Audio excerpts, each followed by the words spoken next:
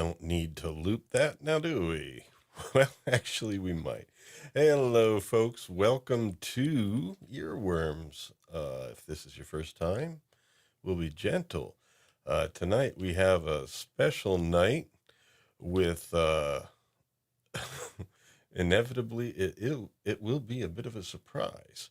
For the first time after like a year and some months, the problem being is returning to earworms. Little known trivia, he was on the panel for the first earworms back in June of 2024. If you don't know Problem Being yet, you'll get to know him tonight if all goes well. Um, he is the founder of Audred Audiovisual, and that is something that's actually I found out in doing the research been around a while. It's like two different lives he's been leading. One, the problem being, and the other, Audred Audiovisual. And in there was also an artist named Lee Being. So we'll get to explore all these different facets. He's an artist musician who has worked in electronic music production, also some band work, and there's actually some really good diversity there in the music for the different styles he's explored. And more recently, he has engaged in making some Doctor Who audio dramas that harken back to the classic Doctor Who, especially out right now is one that harkens back to the William Hartnell era. So that's awesome stuff. The very first Doctor. Very talented in not only music, but in audio production as well. Dramatic stuff.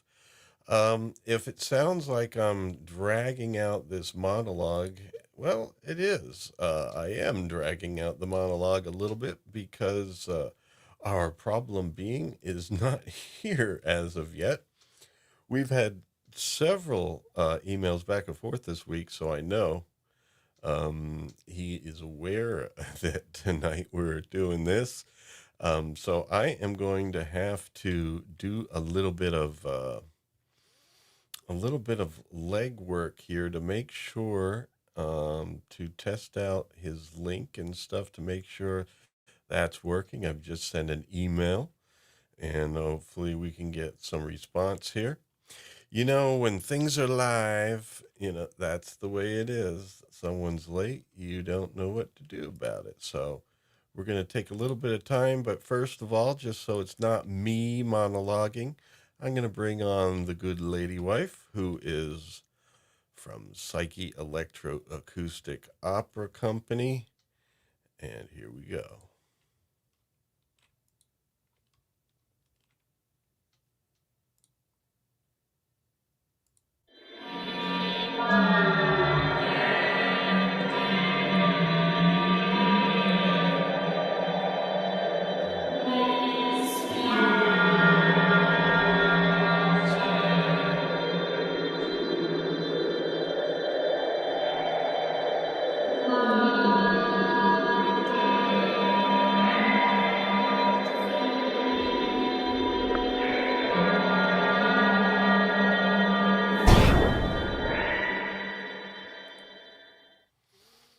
Let me get her here up on stage. Hello, lady. Hello. You're looking kind of green tonight. Yes, I've decided not to change costume. I like this one. Yep, from last week when we had swappers on with the Yes. Oh, just like to Star take a Wars moment to Retold. thank Scott Hovitt and Liesel Cigar Box Guitar who are in the chat right now. Thank you for joining me this afternoon, guys. It was a lot of fun. I'm in another window right now, Liza. So if you see our friend Probby pop up on the dash there, please Yes, let me know I will. because I am in another screen trying to, just get the link again to make sure, you know, I mean, I sent it to him yesterday and everything. I mean, we've been back and forth selecting songs and stuff, talking about a bunch of things this week. So this is totally I unexpected that mean, he's not here. he could be having tech issues. I know that in my stream this afternoon, I couldn't log on to Video Ninja. I had to restart the computer. Who knows? Yeah. So I'm sending another email. I haven't heard a response to my first, so I hope it's not an emergency. Yeah, me too.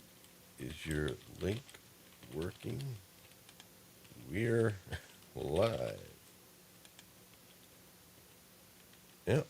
There we I go. should Photoshop this Yoda so it's holding a cigar box guitar, You that kind of should. thing. That Yes. would look lovely. Or a leg fiddle. Oh, yeah. Yes. And this was a week where Mike wasn't sure he could make it. So I said, Oh, just join us in the chat. He's had a bit of it was a challenging week. yeah. Yeah. Everything's going all right, but it was a challenging week and he wasn't sure if he could make it. And I said, we have swappers and Probby on. So with the four, I mean, we're good. Take the week off, join us in the chat. Mike, you And could just relax and listen to yeah, us and join the chat. yeah. And then, he was in the chat and the other guys aren't here. Archer, I'm Mr. Archer Archer Collins. Collins is with us. Yes. Yes, there are people from Mr. Brown Alliance that are Yes. like Well, I wanted to, sticking for Probby, and then he's not here yet. well, I just wanted to answer his question. Is it Yoda or Yodette? It's neither. It's Yodita. Oh, yes. Yodita, Yodita. my sweet Yodita. Oh, yes. hmm Yeah, last week we did Star Wars Retold, chapters 9 through 10, folks. That is something you should check out if you haven't already. Oh, my I do gosh. have a link in the description, and I'll pop it into the chat now because I mean we're just killing time here. We Let's can't see. do this without Mike. Well, Mike can come on. His link would work. Mike, help us, Mike. Help us, Mike. Or we could just chat. I mean, it would just be a third person to kill time with. I mean, maybe it'd be more interesting, but I don't know. Either way, the only media I have for this week is Probby's music. We could listen to that, and we could check out the audio drama a bit. The Doctor Who audio drama. I mean, we could go ahead and feature Probby's work. It's just always nicer with him here. Yeah. It's hard to talk about an artist's work without the artist's And voice. here's the other thing: is there something going on in the UK right now? Because Swapper said, yeah, he'd join in. He hasn't seen Probby in a while, so he said he'd join in, and he's not here either. People are gonna say, "What are you just bullshitting us? You just wanted to promote your stream by featuring Probby, and and he's not here." And it's like, you were planning it, I, folks. I'm I'm hoping he's okay. I mean, who knows what's going on? Yeah, yeah. Well, both of them is kind of Flav, weird. this is my alter ego. Yes, Yes. it is her alter ego. I mean, Yoda, of your Star Wars characters, your favorites. Where is Yoda in the rankings? Yoda is probably number one. Number one. Number one. I remember when I first started, when I first watched Star Wars, and I remember where I was. It was at my uncle Osvaldo's house, and he introduced me and my brother to Star Wars. And after that, I couldn't stop quoting Yoda. Oh, He's oh, always been oh. my favorite character. Ho, ho, Oh, ho, ho. Hold oh, we on, got hold on, swappers hold. in the chat. No, no. Well, in Oh, the wait, chat, but in the in the chat. studio, He says, Dun, "On my way dun, soon." Ah, we got dun, problem dun, in here. dun, Okay. dun, We got dun. Ocean Man here. Okay. Oh, Yes. oh, you let out the big secret. Well, I mean, Everyone knows should he's Ocean Man, right? well, I mean, Mm. he deserves an intro video. I don't know what do we have here. He deserves an intro video, especially after this. Here we go. Then I shall. Uh, Jesus Christ! How you doing? Hello. Hello, welcome back. Yay. My goodness, I am so sorry. I had so many things going on, and I was like, "Oh, what time? Oh, geez!" And then I tried to click on the link, and it took me to, "Oh, you need Chrome," so I had to open another browser. Oh wow. The Tech bad issue. show, bad show, bad me, naughty. No problem. Well, you are known as a badass. Well, just a bad person generally. No, well, the Oh. problem being is how we're By named. name, by nature. Now you know why. Hey, no Brian, no Brian, Not who is not Brian, in no fact. Brian. Oh man, it's like a reunion. Yeah. If Mr. Brown's around, he's more than welcome to come on too. But I mean, he just got off stage, man. He's Hashtag Probby lives. Just Okay. about. Hey, yes. excellent. So I guess there's a lot of people here that love you. Mr. Brown ended just right on time for us and everything. It's great. So you're gonna have a lot of the Brilliant. old crew joining you. And so tell us, what have you been doing? Well, I've been sort of rendering stuff, which has taken me forever and ever and ever and ever.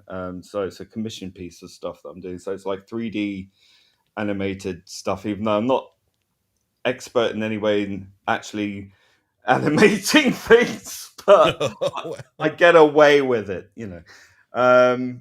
And music wise, not so much, but I have been sort of trying to, in between rendering stuff, just going off and doing some sort of Doctor Who model works and stuff, like doing some 3D stuff with that. Well, we're going to look at some of your stuff, and some of it is from 2025. I mean, I reconnected with you because I saw an upload on Audred AudioVisual. Link in the description, folks. Both YouTube channels are linked there, as well as Probby's Instagram. The upload, and I think we're going to start there, so you could talk about, because we'll find out why you just uploaded it.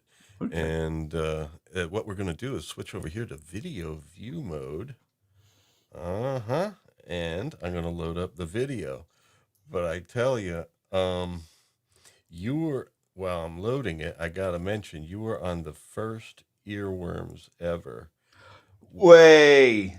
Where like that night started almost like this one, where I was starting off my monologue for like 20 seconds and I was muted. Oh no. You remember that, man? Yeah, that fun times. Yeah, Fun you and times, Jay yeah. Goodwin were probably just sitting there like, oh shit. What are we doing? This is the first one this guy's ever done. It's a rookie era. We've all been there, don't you worry. All right, so I think this would be, now there's a number of Audred things here, so I think we're going to do the Audred redesigned Call for a Vocalist. I believe that's the one that came up on YouTube this week. Yeah, I'm looking for a singer. I don't care who they are or whatever. I just want a good vocal, because I want to do it's quite a poppy song, but it's very electro-y, very 80s-y kind of thing. Oh yeah, I loved it, man. When I heard it, I was like, I was thinking fun, fun, fun, you know. Yeah, I've got the lyrics, so I just really need someone to whack it out, dare I say. If we have Robot in the chat, she's a regular. If she's in the chat tonight, man, she'll love this. Here we go.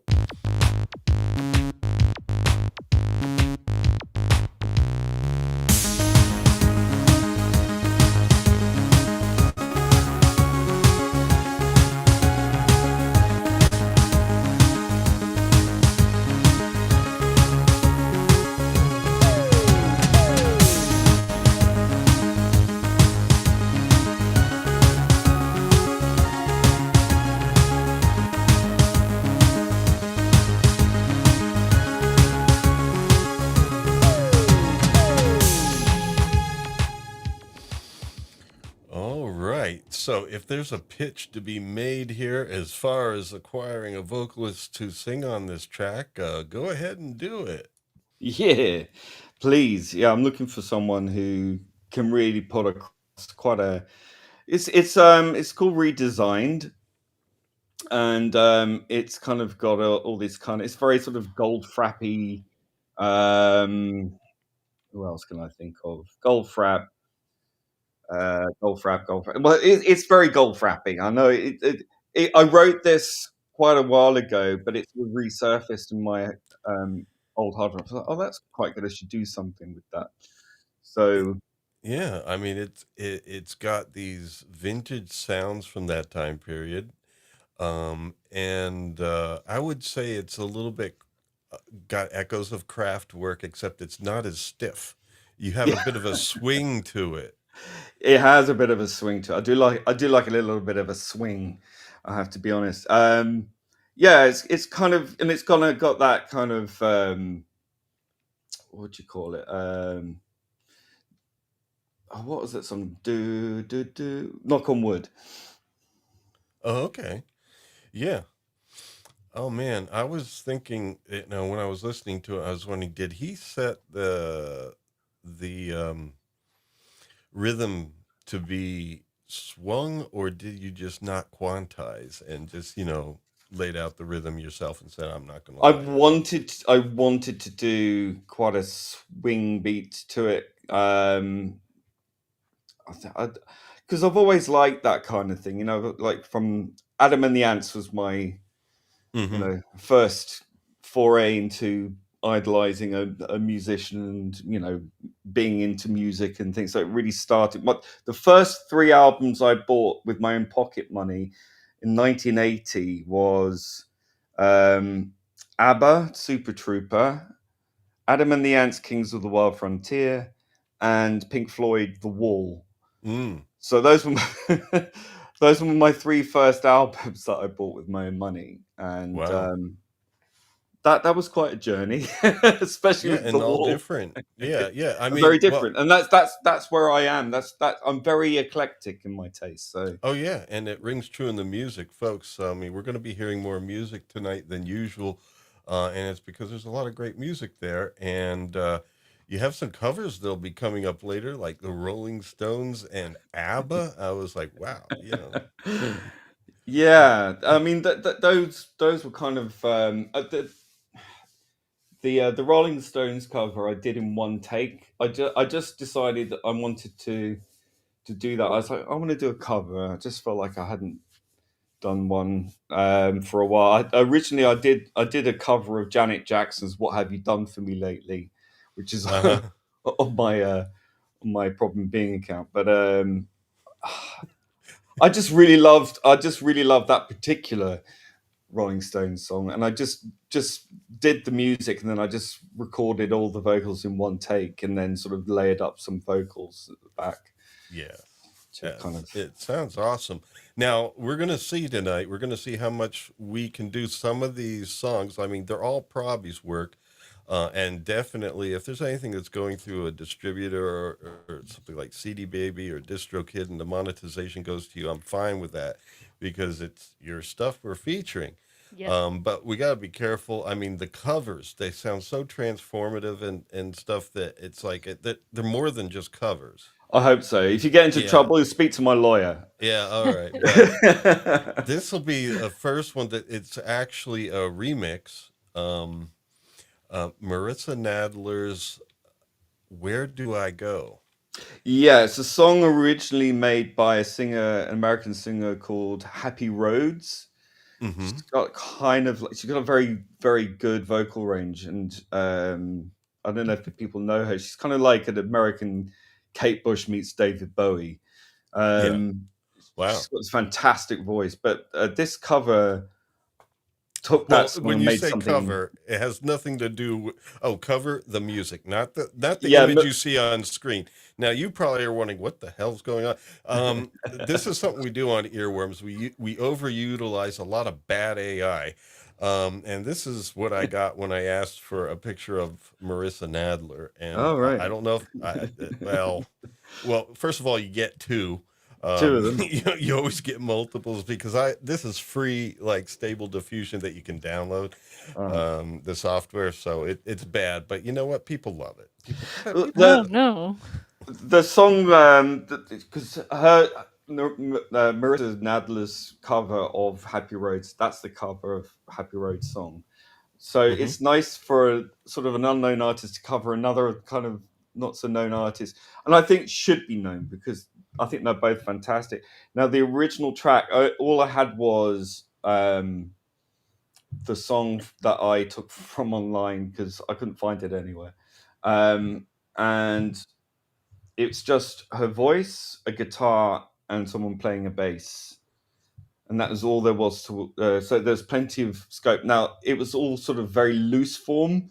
There's no click track, so I had to go in, edit it into syncopation with drums, Mhm. and I add an orchestral kind of piano bit to it, and then some synths and stuff just to kind of fill it out. So I mean, if you look on YouTube and you type in Marissa Nadler, where do I go, and it should just come up. But this is it's not finished by any stretch, so this is like Okay. a starting point. I need a lot of work to it first. All right. Did you work on this in relationship with her, or No, no? I've You never just been in touch with her. I took it upon. I know okay. some artists might be touchy. That's why I haven't released it or done anything with it. But if I were to do anything with it, I would obviously go and speak to her or her label Oh first. yeah, yeah. Yeah. But in any case, you probably know of her. So before we play this, do either of these ladies on screen look like her? Kinda. I mean, she does have long dark hair, and I haven't seen that many pictures of her. I'm not there for her looks necessarily, rather than her music, which No, is no. I mean, yeah. I was just saying, But how well did I the don't know AI them. do? I Stable think diffusion is never Well, they accurate. do look somewhat deformed, so well, I'm they pretty they sure. kind of look like conjoined twins, but I Yeah, don't think she'd have any problem with that. I think she's kind of a bit kooky, and I like that. So that's good. yeah, Well, it here we fits. go. It, Let's hear some of this. Okay, I'm gonna pause it. I hate to do that, but we just want to be, a somewhat little careful. careful. Yeah, that's Yeah, a fine. little bit. Yeah, but I mean that was probably too much anyway. If Yeah. there was anything we get dinged for here, but I must say I'm a sucker for a synth bass like that. Oh, you can't not have a doopy doopy doopy. Yeah, You got to and have one of then those. Yeah. and the this is a remix, so I need to ask. Did you do did you do any tweaking of the harmonies, or because her Yes, harmonies are beautiful? I love the sound of that. the there's a slight harmony with her voice, but I added some sort of voice synth underneath to kind of flesh that out a little bit. Hmm. If it had gone a little longer, you would have heard that more effect. But I understand. Obviously, this is going to be tricky roads with other people's work. So, but I will try and finish it first, and then see if it's something she might be interested in. Who knows? But yeah, there's all there was with the original was her vocals, her guitar, and a bass line underneath it, which was an electroacoustic bass. So it wasn't like anything electronic at all, other than plug and play. So Right. everything else, the drums, the synths, the orchestral violin sounds, and piano was added in by me. So Hmm. that was where I wanted to take it. I just thought it's a song that could have that element to it. I don't know why it spoke to me. I just really love it. Well, I mean, we're just, I mean, I wish I could play the whole thing, and maybe I'm being overly cautious, but No, at the no, no, same no, time, never. Yeah, but at the same time, we want people to, we hopefully, when you finish it, you'll get permission, you can release it, and we want people to hear it then. And so, hopefully. and hopefully what folks will do is look in the description and look at the link there for the Instagram page and follow you so that they get updates, on what you're Yeah, I need doing. to get my commission stuff out the way because after I've done that, I need to, because I'm doing an audio Doctor Who drama thing. So I've Yes. got 3 more episodes of that to do, and I've had to, because it was a unpaid work. So obviously, paid work became precedent, Yeah. more A pressing. little more important. Yeah, so it's had to kind of sit there stewing away for a while. So I need to get back and do all that, but that's quite involved. Well, folks, we're going to have to do this for a moment because I just saw something down there that inspires me to, of course, search for the right intro. I don't know what would work for this. I think.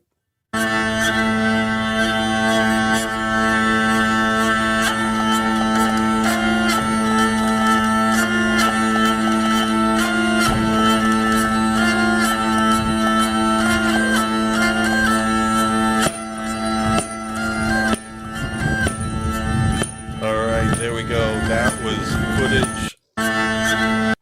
I can't stop it. No. Oh, jeez. That was footage from earlier today. Fundraising for Star Wars Retold was this gentleman right here, Who doesn't love a hurdy-gurdy? Emperor I want Kipling, one. I Emperor do. Kipling himself, also known as Swappers. Hey, swappers. Yes, how are we doing this evening, folks? I God feel help as us. if I've had my hurdy well and truly girded. Well, it's always about the gird. Yeah, It's not the well, length, it's the gird. Well, there's the good and there's the evil. Oh, Oh Lord. oh, Oh Sith yes. Lord. Yes, Mr. Brown in the chat. We have a Hey. reunion here. Thank God. Yes, very nice. Thank you very much, Mr. Brown. I know sometimes the start and end times and stuff don't exactly link up and everything, but thank you for finishing right on time tonight, so we could Hey. all have this fun Only event for here. me to be late. I just want to point that out. That's all right. It worked. I was sweating a little bit, but it Oh, worked. I'm so sorry. Oh, no worries. We are gonna actually go to Doctor Who now because, as you mentioned it, you do some Doctor Who audio dramas. Now, the first one I encountered was The Misshapen Planet Part One, which I think was a labor of love for you, right? That was Yes. something you did of your own volition. Well, I was commissioned to, because originally Chris McEwen from Black Glove Studio, he's a great true fan of Doctor Who. He's an American guy who writes his own audio plays and casts them. And I had some great acting from recordings from these actors, and they had produced one a while ago, and they produced 3 episodes, and then poor guy who was producing them had a similar situation that I'm going through at the moment. So he'd done 3, but never completed the 4th part. So I've got to finish this. I've got to get it done. And yeah, it's the first audio drama that I've actually produced in any way. So that was a learning curve, and I produced it on Logic and been using Dolby Atmos. So you've got like a sort of surround sound Yeah. kind of feel about it. But you have to really put your headphones on to get the best out of Oh, it. yeah. Yeah, that's No, it does sound really good. And another thing, well, we're going to play a little bit of it. I mean, I forget how long it says right there 30, 50, yeah, about a half hour long. So obviously we're just going to play a little bit, but enough for you folks to get a taste. if you've got Other, headphones, put them on. Put them on now yes. if you've got headphones. Okay. yeah. Yeah. Get a taste for it. And it's good quality. And if you liked, especially the William Hartnell rendition of Doctor Who, Oh, yes. you'll notice some of his idiosyncrasies are there. They're spot Oh, on. Sean is amazing. He's like, I don't know, I think he's like 26 or 25 or something like that, and he sounds just like him. He's a guy from Liverpool. He's got this really broad Scouse accent, but when he puts on the William Hartnell voice, it's just wow. He sounds better than anyone else who from Big Finish. I have to say. Oh, you get me moist, Probby. Oh, oh, oh, Liza doesn't know what to say. oh. Let's go for it. It's going. Well, don't. If you start from the beginning, you won't hear that Sean's voice. But this is the meddling month. I mean, you're more than welcome to tell me where to skip to if you want, but I thought a little bit from the beginning because some of this Yeah, you early played a little stuff is bit. still quality, and basically you put this all together. Yeah. So I just want people to Go see. for I it. mean, just how much of a Renaissance man you are. Right. Oh, it's you. You don't have to treat me this way, you know. I'm giving you what you want. Yeah, echoes of the past that it carries it well. Free and without price. All I ask is to receive what I need, and I shall head your way no longer. You may be supplying what we want, but you shall receive nothing until we have who we want. You shall bring him to us now. No, I won't do it. I can't. You don't know what will happen if I do. It was believed that you would want him captured as much as... Maybe we should pause in case this might get us a little. No, I don't think it will. It's all Okay. original, so yeah. Oh, okay, yeah. But that's how good it is. It's like I was thinking, wait a minute, he used some clips from the real show here. I knew what was later was, definitely The theme original. tune, yes, when that kicks in, because even then I had all the original stems, so I remixed the original and put that to Dolby Atmos as well. So but yeah, Okay. when it comes to the theme tune, you might want to skip that because All right. they're strict on that. Okay, so we'll do that when that comes. we desire Oh, it. and the music is all library music anyway, so. Okay. Yes, of course. But I trust my judgment, not yours. You might cause him more harm than is his due. Obey our command, or suffer a needless death. Look, if it's a specimen you need, then take what's in this black bag. It's got some of the best material in the universe. I can install it right now. Discard the bag. We will not yield in our decision. Are you so determined to bring him along? I mean, he always scares me when he shows up. He'll make you rue the day you made me make the call. Send the signal, or face our blades.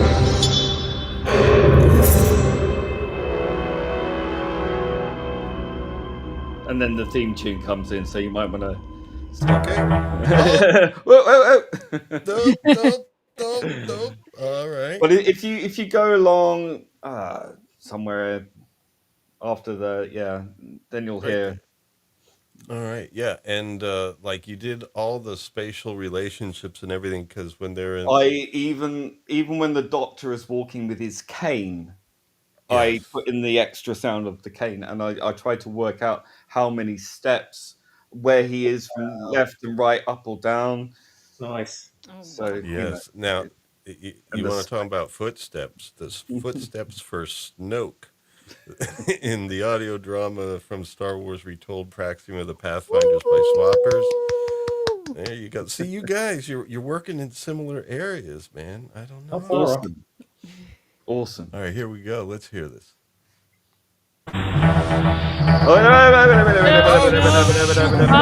Commentary. I thought this. Sorry, Here we chat. go. Sorry, Here we go. chat. Sorry, I We thought got that was away a- with it. Okay, hopefully. Well, we'll find out afterwards. Folks, afterwards, if there's some cuts, like if you don't hear music when we said we're going to play music, it's because of that. When I do that, I always put links in a comment at the top and pin it to the top where you can go to the Rumble or Odyssey version of the video because we're streaming live to Rumble and Odyssey right now.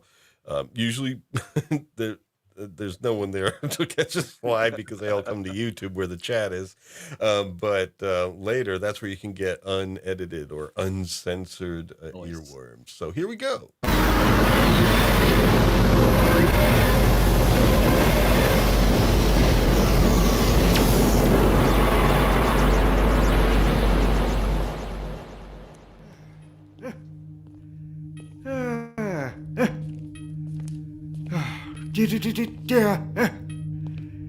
Oh, this is peculiar. Quite peculiar. Yes. Tell me, what do you make of that, my dear boy? Well, what am I supposed to make of it? I see nothing wrong. It's just a flashing light, Doctor. Oh, of course, it's a flashing light, young man. But it is also a very special sort of light. A detector. And one that's detecting certain signals. What kind of signals? Why, signals of distress, of course. Distress? But what's so peculiar about a call for help? Oh, nothing. What is peculiar is if the light is flashing. The device only activates under certain conditions. Ah, if I can only remember what they are. We're in for another runaround, aren't we, Doctor? Oh, come now, Stephen. If adventure lies on the edge of our horizons, well, why not reach out and catch it? Maybe because every time we chase after adventure, it seems trouble's about to catch us. Oh, nonsense, nonsense! We're much too quick to catch. Unless you wish to cease running, of course. Well, someone has to keep up with you, Doctor, even if your pace is hard to match sometimes. Yes, you know. In spite of appearance, I'm still full of surprises. Spry? Sometimes I think you'll make an old man of me, Doctor. Yes, and hopefully I shall help you to become a wise one first, Stephen. Yes, a wise man indeed. Yes, oh, quite so. Then you can stop it there. Yeah. It's a Well, British And Yoda. folks, well, folks, I should say, I'm sorry, I didn't grow up with this Doctor Who, but he reminds me of Yoda. Oh, I insist you go and look it up. I shall. yeah, You must. Yes, you'll love it. You'll absolutely love it. You'll love it. Yeah. Cool beans. yeah. In the description, folks, if you haven't already subscribed to Audred AudioVisual, the link's there, but you could just simply type in Audred, spelled Audrd, and then Audred. It's Audred. It was my grandmother's middle name. Ooh. And Okay. when she passed away, I thought it would be nice because it's such an unusual name, especially for a female, Audred. Mhm. Not Audrey, Audred. And it's Yeah. an old Anglo-Saxon king's name. So I couldn't let that go with her. So I kept it. Cool. Yes. But I originally thought, okay, this is a new thing he's doing. But then when I got your music, I looked at back in 2005, you had something released under the name Audred. Oh, Audred. Sorry. Yeah, I mean, I've retrospectively changed that. okay. Originally it was just my name, and because it was all unreleased stuff mostly. 2005 is when I actually started as a mature student at the London College of Communication, fancy title for a University of the Arts London. I got accepted onto a sound art and design course, and I was there for a year, and my house caught fire, and yeah, fun times. And I had one module left to do, and they said that I'd have to resit the whole year again. Oh, And I said, Really? F off, basically. Yeah. That's just to make money. Yeah, I think. and I wasn't prepared to do that. I was like, this is and I would have done maybe if the course hadn't felt like I was on some sort of guinea pig course.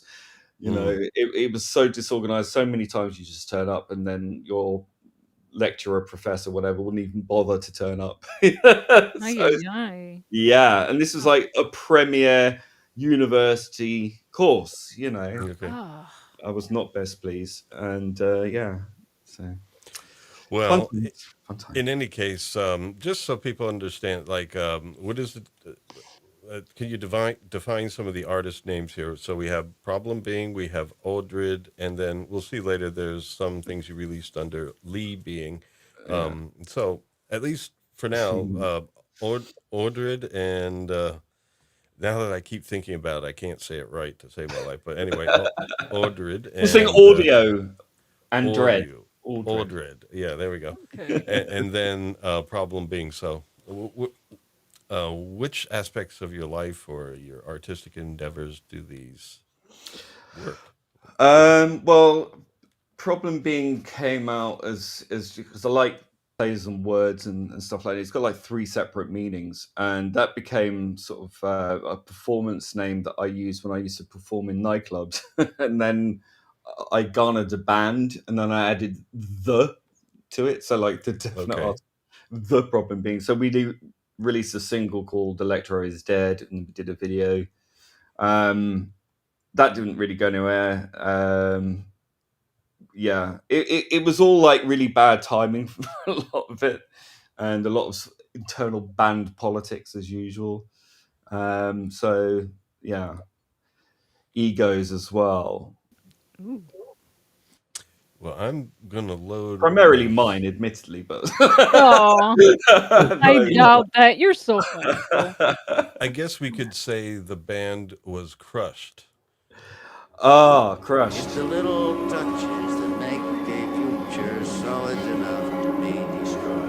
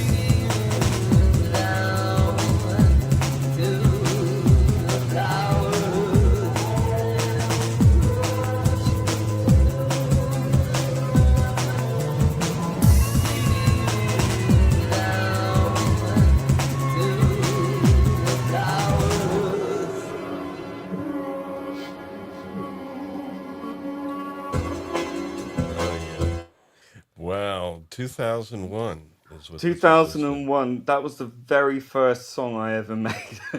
This was before the band. Yeah, this was me discovering, because I'd never learnt music, never played music, never picked up an instrument, never knew how.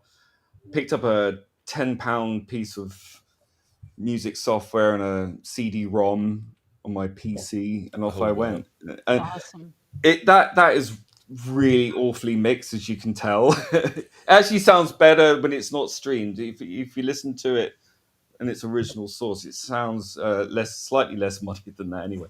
But the mix actually sounds intentional to me. It sounds like it's that's what I thought. trying to Yeah. be. I thought it was lo-fi. I wish it was that clever. It wasn't. It was. Awesome. It was just me not knowing what the hell I was doing. And it was just what happened was I started writing this and making this. I think it was like around the end of October 2001, and I was working on it when September the 11th happened. And it was weird because the vocals in the song were "I am crushed." You know, what was it? I can't even remember it. What was it? I said, "I'm crushed deep into the ground" or something like that. And you know, it was just very weird. yeah, so when I finished it, it was after that. So I think November of that year. Wow. And yeah, it just seemed to kind of resonate with what was happening at the time. I'm, Weird. I'm getting, I'm hearing that. I was getting Curve vibes from it. I love Curve. It's one of my Because favorite bands. the vocals were very kind of Tony Halliday style, and the backing sounded very much like them in their electronica stuff. And it was Swappers, I love immediately. you. Will I you thought, have I my thought, babies? I thought, has he got? How did he get Tony Halliday on? And then I realised it wasn't, but it still sounded great. So thumbs Wow. up, mate. I love Tony Halliday. I love Curve. Curve, 1990. When did she release Blacker 3 Tracker? Was it 92 or the 3? I can't remember. I think it was 93. Yeah, I was at college at the time, so probably between there, 2 and Yeah, 3. that's when I first got into Curve, and I heard what was it? Oh God, my brain. Missing Link. Mm-hmm. Yeah, and I think I saw that on Beavis and Butthead, and I was just okay. I have to know more about this band, and then I discovered. I love them. I do think Curve were one of the most underrated bands of the 90s. Indeed, yeah. So sad that they're no longer performing. Yeah, that's what I was thinking when I was hearing it. It's like maybe he put it in 2001, but he worked on it in the 90s. I don't, because I was like, well, I was a bit of a club kid in the 90s, so I was pretty much down with because all those were the exciting days, like the late 90s. MP3 was released, and you had these sites where independent artists could go start releasing their music, and you're listening to other people, and you're releasing your own, and I don't know. It was awesome then. We were all excited. Well, I went to New York in 1999 because I was at some nightclub or something. This record guy was like, "Have you got a band? You should be in a band. You should come." Gave me his business card, and then I dropped everything, went to fucking New York, and then sorry, I swore. And then I went to New York in Manhattan and stayed there for like 3 months, and I was trying to find someone. So I met up with this guy called Sebastian Money in New York, and he had an apartment in Queens, and you could look over the river and see the two towers there, and it was like awe. And he was working on stuff. We did a demo together. I didn't send it to you because I only have it in cassette tape. It was recorded on the B side of the demo by a band called Mindless Self-Indulgence that he'd worked with, and I still got the cassette, and I got it signed by little Jimmy Urin, and the singer. And he looked at me like, "Where'd you get this from?" I was like, "Nah." But yeah, I'll have to dig that out at some point and digitize it. But yeah.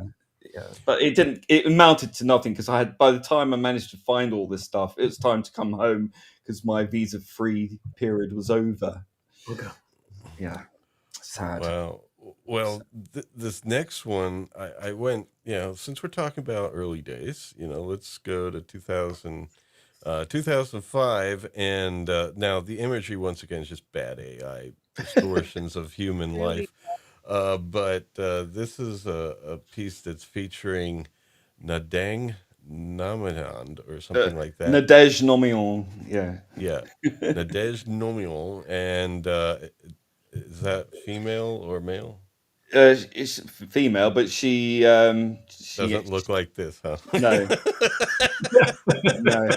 She's it's funny because she has a very sort of almost Japanese type face, but she's actually half black and half white.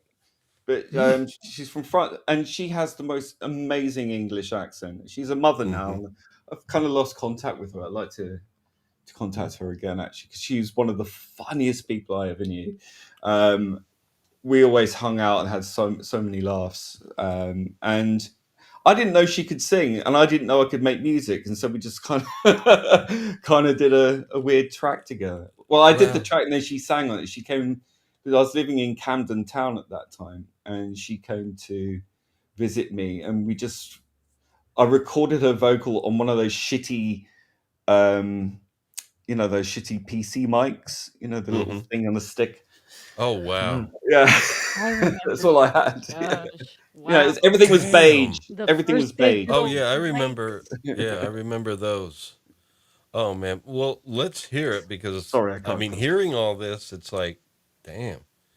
Yeah, because it's good. This was the track that got me into university. Funnily enough, Cool. so this was the one.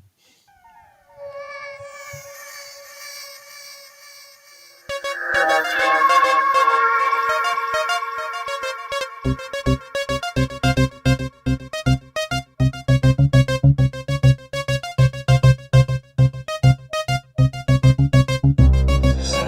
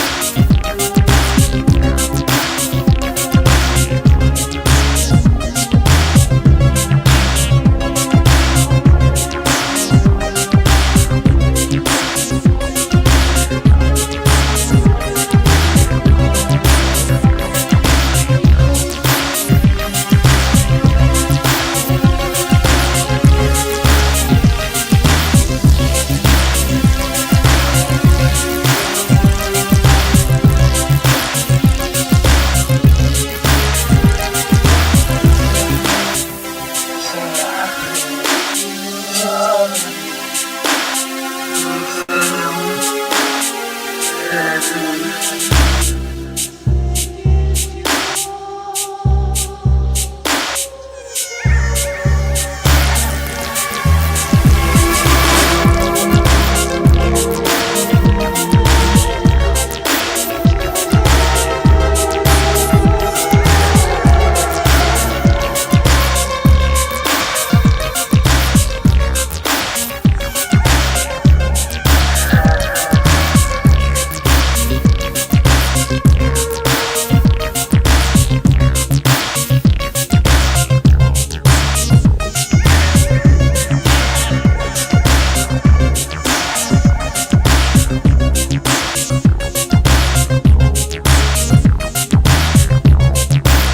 I hate to pause it.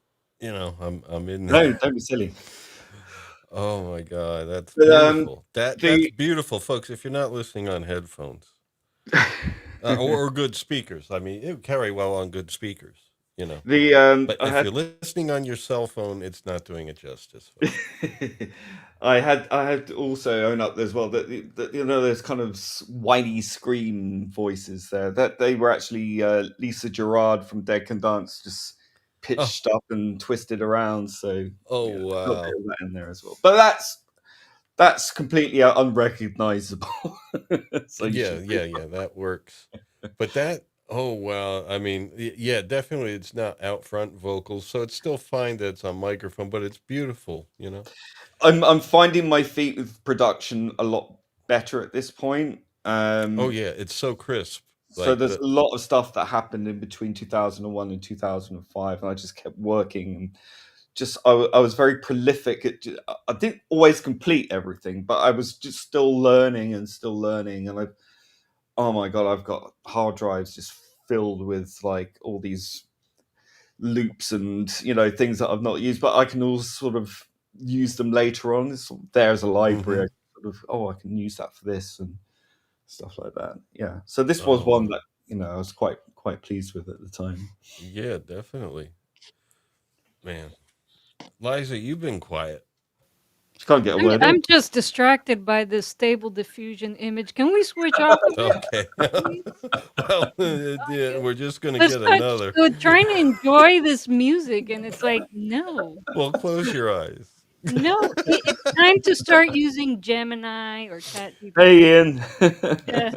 But that was released under the artist name Lee Being. Is that actually Ian? Yeah.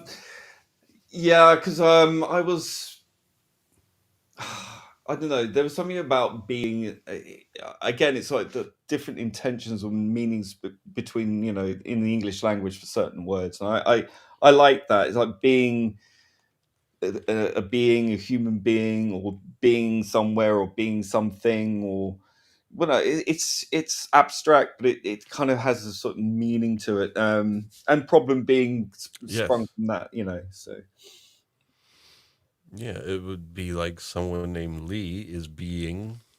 yeah, the problem being with this is that Alex is a saying, the problem being is like an existential thing, and Mm-hmm. various other. Yeah, no, it definitely works. The naming. I was just wondering, when do you decide to go problem being? When do you decide to go Well, Lee someone being? actually, when we actually did, we performed at what was it, the Camden Underworld or whatever it was, I can't remember. And we had a really good review, a fantastic review. We were like the first band on, but we actually got the headline review. Nice. And then glowing review, and at the end it just said, "But I do feel that the name will be a hostage to fortune." I thought, should we call ourselves hostage to fortune? But Wow. there you go. And they Yeah, were right. They were right. Yeah, I had a professor once that told us a story about when he went out to see some band concert. There was an opening act by the name of Jimi Hendrix, and Who? yeah, and then he said he left the concert after the opening act, and he doesn't remember what band he went to see. Oh no. No, because Jimi Hendrix was so freaking good. He was like, no, whatever's afterwards is not going to be good enough after hearing that." Yeah. Makes sense. Yeah. Yeah. Oh yeah. So he didn't leave like I can't. Oh no, he wasn't upset. He was just blown away. He was like, "No, Of course. anything Yeah. after this is going to be mundane." Yeah.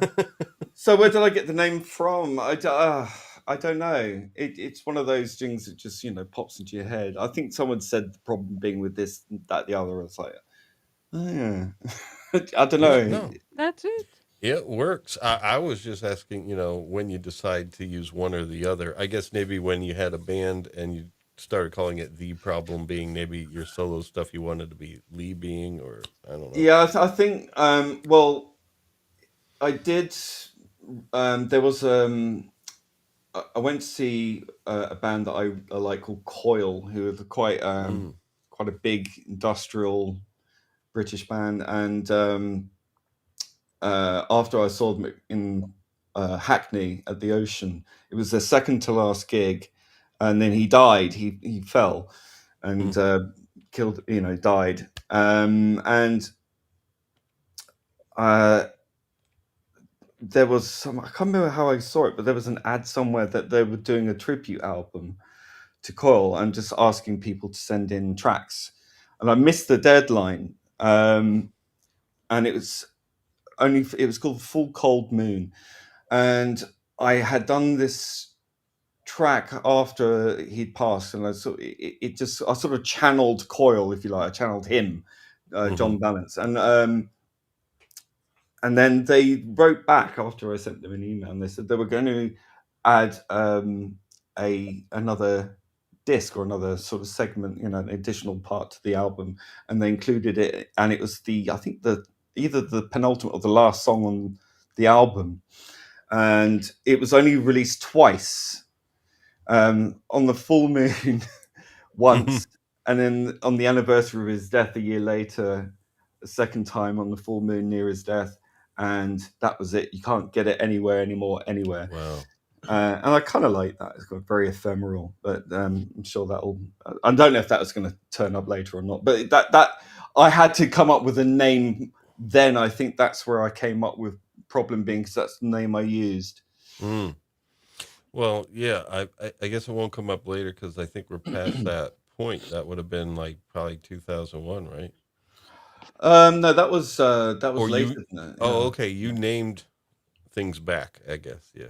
Yeah. Because folks, I just received a bunch of folders with year titles, and I just shoved everything in there. It's like, oh, you yeah, sort it out. yeah, and the tracks had like the artist name and then the song name. So there was Lee Being, Problem Being, and Yeah, the there track was was even called. Audred going back to 2001. I was Yeah, like, that was wow. retrospective. Yeah. Okay. Yeah, but I named this. I named the choral song. Oh, it's not a song. It's just a track. It's an instrumental. Like a lot of my work is actually instrumental, but it was. It's called Full Circle, spelled FOOL. Yeah, I don't remember that being selected, but if you want to play anything, just tell me what you want to play and what It's folder very it's in. industrial. It's got loads of samples. It's all sort of found sounds. Like there's the sound of an elephant I slowed down. It's got Tchaikovsky in there. It's got the theme tune from The Saint in there. It's all sort of mixed in. It's got Swan Lake in there. It's mental. It's very dark, and it's very glitchy and dark industrial kind of stuff. But I mean, Well, as you're maybe talking about it, I mean, I could try here. The thing is, I've never played an audio file from Evie Mux before, so I'm not sure how to do it. Don't worry about music. it. It's a really dark piece of work. I mean, it does pick up towards you, and then it goes completely insane. Will blow your ears out. So probably best not. But I'll post it on my channel at some point, I'm sure. So yeah, okay, because I'm looking here, and if I dig for it, we'll just take too long, and the chat will flee. Now that we're curious to hear it. Well, there you know you what? go. All the Leave more them reason wanting for less. people. All the more reason for people to follow him on Instagram. Very true. On Instagram, it's Audred AudioVisual, and links in the description. If you don't have Instagram, there's the YouTube channel, but I guess I don't know if it would appear there or not. I don't know. I guess it's all up to you, but. What's yes, this image? Yes, unfortunately, you cannot find them on other platforms. No, I got kicked off of Twitter, but yeah. Yeah, well, that's under Elon Musk, I may add. Thank you, Yes. Mr. Free Speech. Yes. Bullshit. Even though it wasn't my fault, I was the one attacked. I defended myself. I'm the one who got punished. But hey, don't pick on someone who's got 10,000 followers or whatever when you're a small ass like me with 3,000 at the time. Yeah, well, not a free speech platform. Some things really are not as they appear. No. But this, Never. Of course, you don't know what to expect because I've just I don't made know up AI artwork. But there was I have a suspicion. There was something about Problem Being that was very visionary, shall we say? Oh god.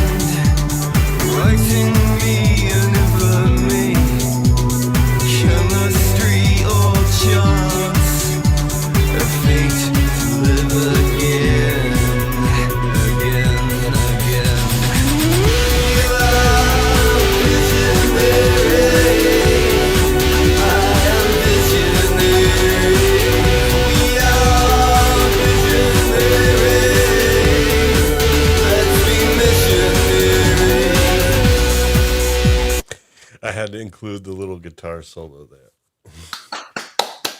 Well, Yeah. Wow. yeah. I mean, you're eclectic. You're Yes. eclectic. A little bit of dance beat, rock. I mean, the guitars.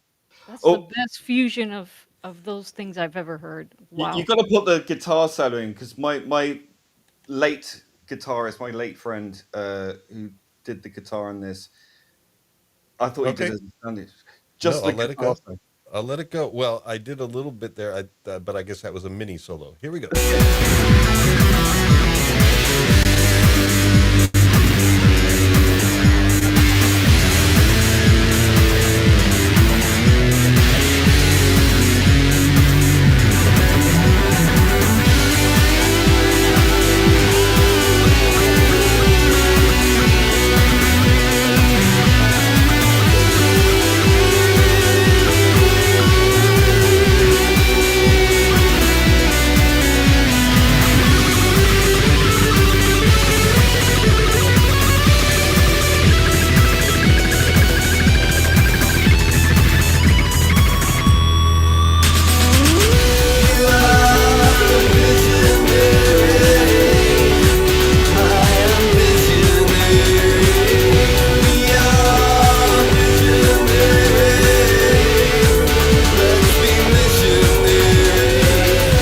Yes, there we go, folks. Wow. That was excellent.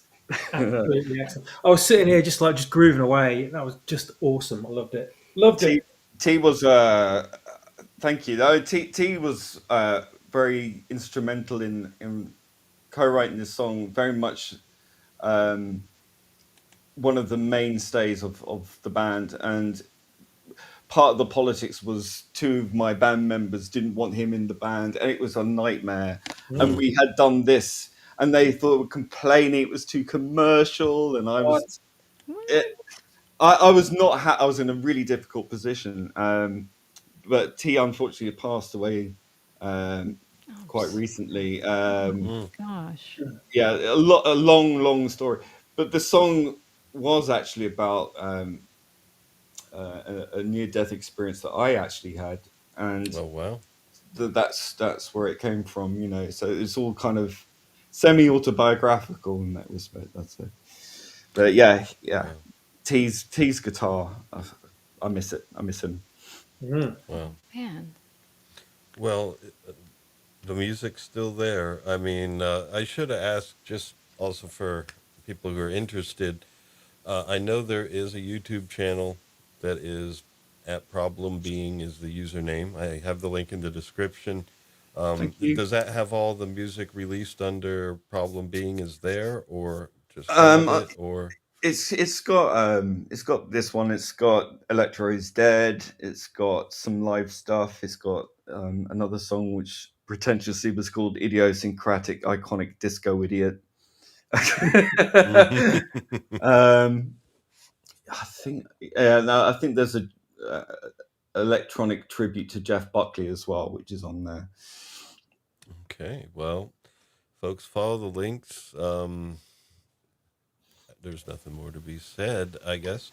Let me see. I am going to pull up some more. But yeah, swappers or Liza, if you want to chime in, I know I keep talking because I just don't want there to be, too much silence and stuff. But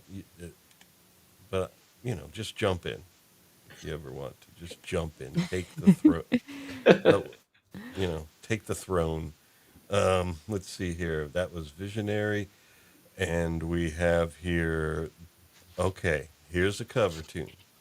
But it sounds so transformative. I don't know if you could just say I think covers are fine. I think it's a I've cover. never had any problems Okay, posting. I don't know. but I don't know. Here we go. Now, I don't see the image Clue. there. I don't see the image there. But and it's probably a good thing because the image I had for this. All right, this is called Time Immemorial, but it is a cover of a song by ABBA. Oh. Something Pipes, The Piper. the Piper. It's from the Yes. Super Trooper album, the first album. and bought. I just, as a kid, I loved it so much because it was so unusual and unlike anything that they had done previously. I think it's quite dark. I just, it's one of the no, I think it was like the B-side to a single or something, but it's so unknown really out of all the ABBA kind of stuff. Everyone thinks, Well, I guess all the it's big name songs, of which there are many, but the Piper is just not one of them.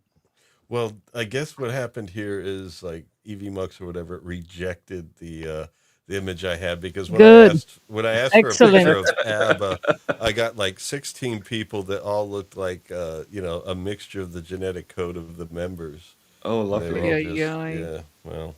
It's So better anyway. to have a blank screen. Oh, Oh! no! No! Ay, My God, they've multiplied like tribbles. It's ba. ay, ay. All right, folks. Once again, great for headphones.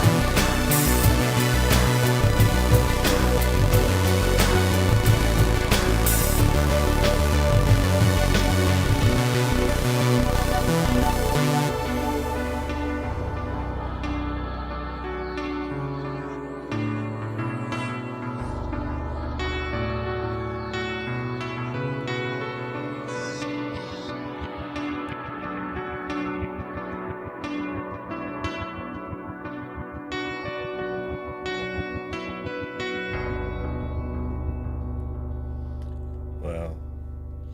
A lot of that's backwards, so you might get away. Yeah, the piano, it was like, oh, that's an interesting attack on that.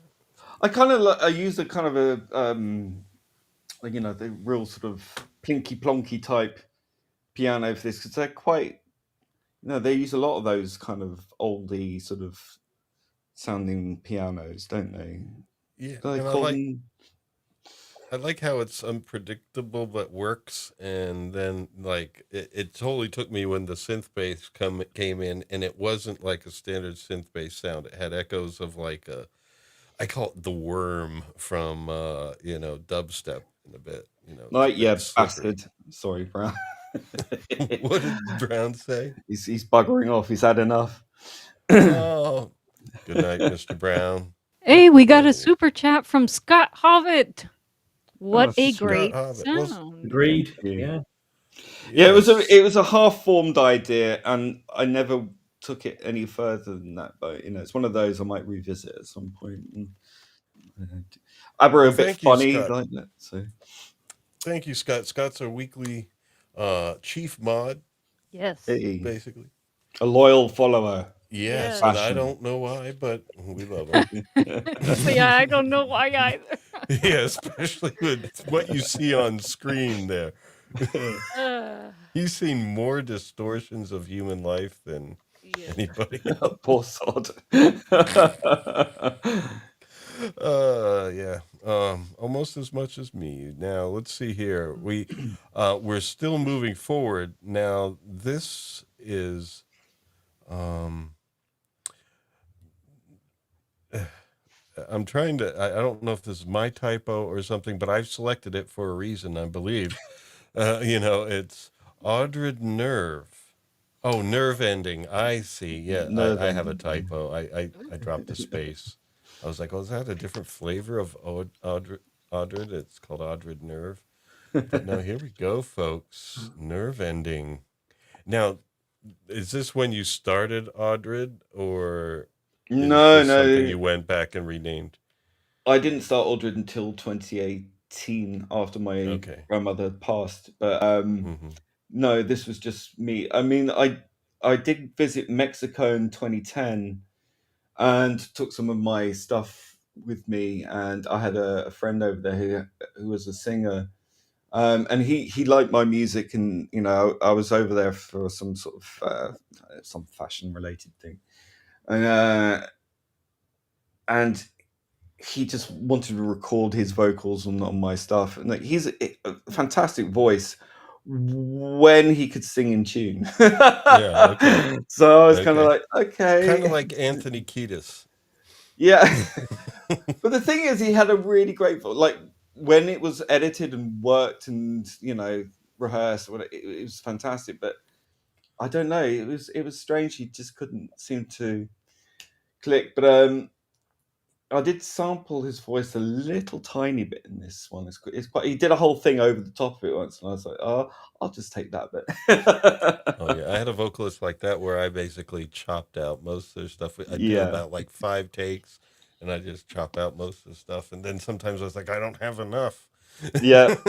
I hear you. I hear Only you. 10% of what you did was good. There's still not enough to fit the whole I'll take song. this bit. Yeah. Okay. Oh, here we How do go. you feel about Oh, these AI voice generators? Spooky, is it? I mean, These AI singers, yeah. they all sound like they have that melodyne effect. That hmm vocodery kind of Yeah. flatness to it, isn't it? It's too perfectly toned, but it's kind of squared off at each end.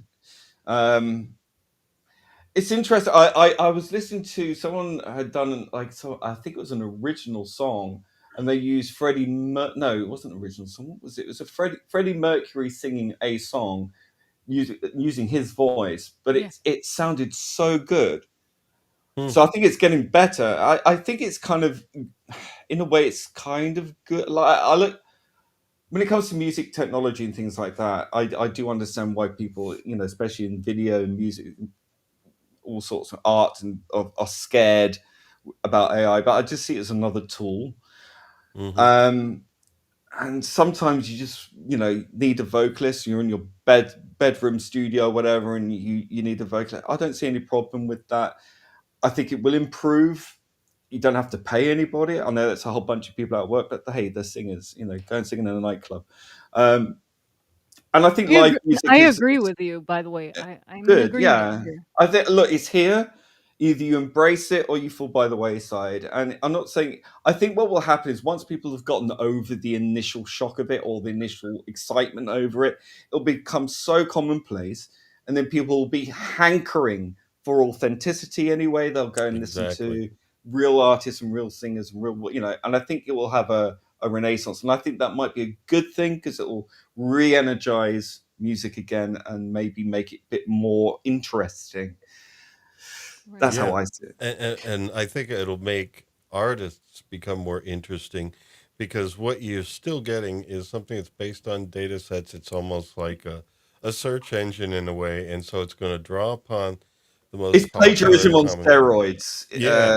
but it's done in a very clever way that it kind of masks it nicely. But I mean, if you go back to the 1980s and 90s, people were sampling people anyway, making records from, and being sued later on after they made their fortune. So it's been going on for a long time anyway, Oh yeah, really. but the point I guess I was trying to make is Sorry. that it's still going to draw upon from almost like a herd mentality in music. Like, okay, you said reggae vocals, and it's going to pull on this, and it's Mm. not going to pull on the few outliers that did something different.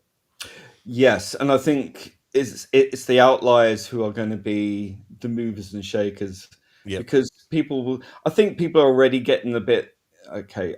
Everything's so saturated, corporatized, sounds the same, Mm-hmm. and there's no depth. It's all sex, sex, sex, and trite lyrics about meaningless shit. Yeah. And people, I don't know. I mean, have people become more facile? Have people become more shallow? Possibly. Or has the art presented themselves that's why they buy it, because they aren't really in tune, they're out of sync with their emotions or their state of depth.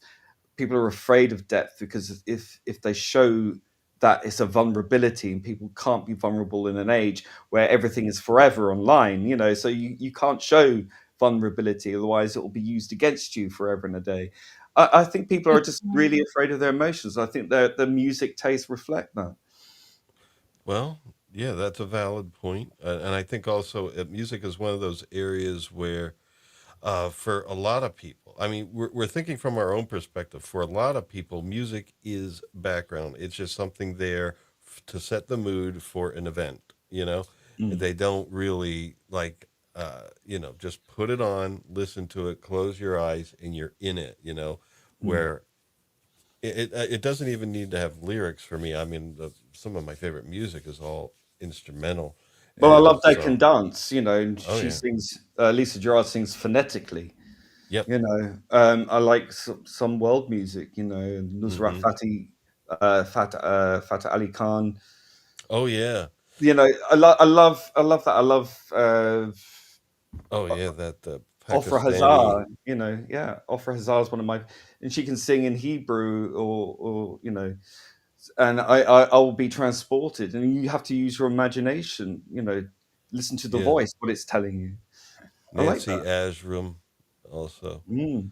yeah, Well, to clarify, again, I'm pro AI, using it as a tool hmm, and giving more people access to, say, you want a particular type of vocals, you have this software that allows you to enter a melody and have any type of voice you want, sing it, and then shape that voice in any way that you want. I think it could be a very, very I powerful tools haven't, for composers. It I haven't, democratizes, but it Yes, democratizes music for people, but it also gives a palette. And I think people with creativity will know how best to use it, and those who don't exactly. have will fall by the wayside. Everything's already Yes. saturated, right? Yeah. The yeah, music industry is saturated, the film industry is saturated, TV is saturated. It's all saturated. Now, this is just going to increase that saturation because more people have access to making the tools right. for making Right. sound. So it's going to become more saturated anyway. But it becomes white noise at that point. So when you have all that white noise, when you do something genuinely good, it will Yes. come through, I think. Yep, Agreed. Yes. I Agreed. think. definitely. I mean, I haven't used it for music yet. I'm just, I'm curious about I've it. only done. I might even play it later if you coax me, I've but never I used it. I've never used it in my music ever. I'm curious to try it, but I haven't yeah, found I might AI use that it is for mastering cheap because enough. that's the one thing that I can't do that yeah, I hate mastering. You may have yeah. noticed that in my work. Well, I can't do because of my facilities, but Yeah. but the thing is, yeah, I mean, I might do it for that, but it's like at the same time, I might just say no because a lot of my music is very experimental and it's like shouldn't be mastered really because it's not Yeah. that It'll kind of take thing. away the dynamic range, but if you're Well, trying to Well, produce yeah, something in a particular well, everything's style, it's useful. 400 and what's it, 420 hertz or something. So quite high frequency bandwidth, and a lot of things are now produced to make them as loud as possible, Yeah. which takes away all Mhm. that head space. So I think it's like 360 or something like that, or 340 something. It's like a frequency that's detuned. It's like an F or something, I can't remember, but it gives you a much more natural resonance Mhm. frequency, and it's slightly lower frequency, and it gives you a lot more space, and it just makes everything sound fuller. If you go online, you can Are you find it. are you I talking don't know. about like 432 versus 440 tuning? That's the one, yeah. Okay, yeah, that's A440 versus You see, A432. I But can't remember numbers. I'm yeah, dyscalculating now. So. yeah. Well, the thing is, and I use now, especially for my meditation sound experiences, I use 432 because the detuning is Mm, actually going back to pre-Baroque or early Baroque, and when the tuning was actually a little bit lower in pitch across the mm, board, and Instruments couldn't hold the tension. yeah, they couldn't hold the tension. And yeah. then when they were able to, somehow it was raised up, but it was like at the same time it made some of the vocalists strain more, Oh, you yes. know, Mm, to sing the same voice ranges Yeah. because it's the same notes. Like everything is still written the same except the tuning, like what your A440 is versus your A432. You know, that A above middle C is going to be either 440 hertz or, you know, lower. And the lower just seemed to just bring everything down a bit. And, you know, vocalists don't have to strain as much to sing the same music. mm, And I don't know. Yeah, it just sounds more natural. I use it because for integrating my music with binaural beating, the frequencies I want to use are better in line with 432. mm, And there's another artist called Alex Petty who sent me some of his research where similar to A40, 432, it's somewhat a little shifted off, but he does the tuning based on middle C instead of the A above. And he takes middle C, which would normally be 261.63 hertz, and he lowers it to 256. okay. And 256, as you know, is a power of two number, just like in computers, you have 64, 128, Oh 256, gosh. Yeah. 512, that sort of thing. And he says He's it got lines up pointed ears here. it lines up better with the what do you call it? The fractals of nature. Now, who has pointed ears? Oh, me. You. Okay. Sorry. I was looking for some chat up on the screen or something like that. I was like, no, Mr. I'm a Brown went to bed. musician, not a mathematician, Jim. No, True. no. Musicians are mathematicians. They just don't realize it. Well, I would say we're more like intuitive mathematicians because you look at rhythms and stuff. It's all Experimental. Yeah. yeah, it's all kinesthetic. You feel Mm, it, but it's not like you're. I mean, for example, there's certain polyrhythms you can't do counting. You just have to mm. feel it. You know. Mm-hmm. Well, it's funny because you mentioned kinesthesia, and it's like because I have synesthesia as well, and I have Oh, wow. Yeah. I'm a, Wow. Okay. I'm dyslexic, and I have a kinesthetic dyslexia apparently. So I learn more sort of practically than sort of being lectured at or something. You are the third synesthetic. Oh, I can't even pronounce it. Musician I've met. Synesthesiac, I Yeah. believe. Yeah. The Only mildly, but yeah, I can sort of see sounds, and I can sort of see interesting. colors when I hear sounds. Just very sort of momentarily, but it's there. I do notice it. Wow. So I know when I'm onto a good thing when I feel it or see it, or I hear Awesome. something. It's weird. Wow. Have you ever produced a video kind of trying to show people what you see when you listen to a piece of music, a particular piece of I music? don't think it's that easy to translate. I know, like, I saw recently a video someone did of their experience of having paranoid schizophrenia, and it was freaky. It was really freaky, but it was like I read in the comments, well, I have this and it's nothing like that. And then so I'm thinking everyone's experience is going to Yeah. be somewhat different. But for me, it's so fleeting, but it's so there. Mm. I can see a color and I can hear a sound, or I can, but it's weird. It's like in the center of your head. It's not Yes. in your Yes. eyes. It's in the brain. Yes. So I have a vision problem called Stargardt's, which is a juvenile form of macular degeneration, where basically the part of the retina called the macula, where the image is focused, the cells there are atrophied, and they fire off, like they misfire, and basically I see kind of like colorizations and distortions and different things that I really can't put into words. But then, I've seen those things where it's like a crack of like oily colors, like really bright, vibrant color, and it sort of Oh, floats wow. across your eye. yeah, I have that, but there's other features too. Oh God. There's a number of different ones, but then at the end of the day, the brain tries to interpret these things. So you see sometimes you could see kind of like Thanks, images Flo. in them. It's like, Oh, that's interesting. well, Liza, you're welcome to stop me if there's any chats that you want to highlight. Well, Flav has to go to bed, guys. So Oh, well, thanks just for saying staying goodbye up. to Flav. Yes, I should get on to the next piece of music. We need to. Thanks, Flo. Here we go. Here we go.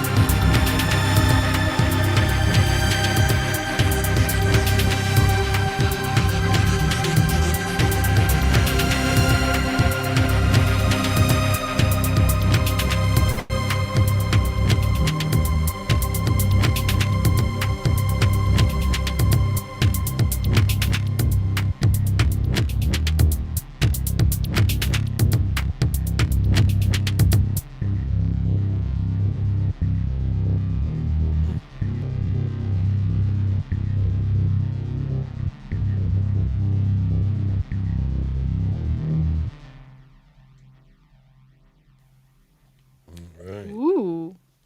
There we go. And I love the cymbal taps. I mean, they're kind of moving in and out, almost like if you feel like neuropathy or some kind of nerve effect. I It's feel. like Can it I kind of just like say? comes in and out. Can I just say, Laura? Sorry to Yeah, interrupt go you. ahead. No, always do that. I just feel like I've got home on a Friday night from a 2 a.m. drinking session to switch MTV Chill Out Zone on and veg out in front of something like a 3-track session of The Orb. Oh yeah. And it's just, I was just sitting here. My head was swimming. My eyes were closed. I was thinking, like, man, more of this, please. Don't stop it. Don't stop it. But it has to end, obviously. Well, Oh yeah. No, it's beautiful. Thanks.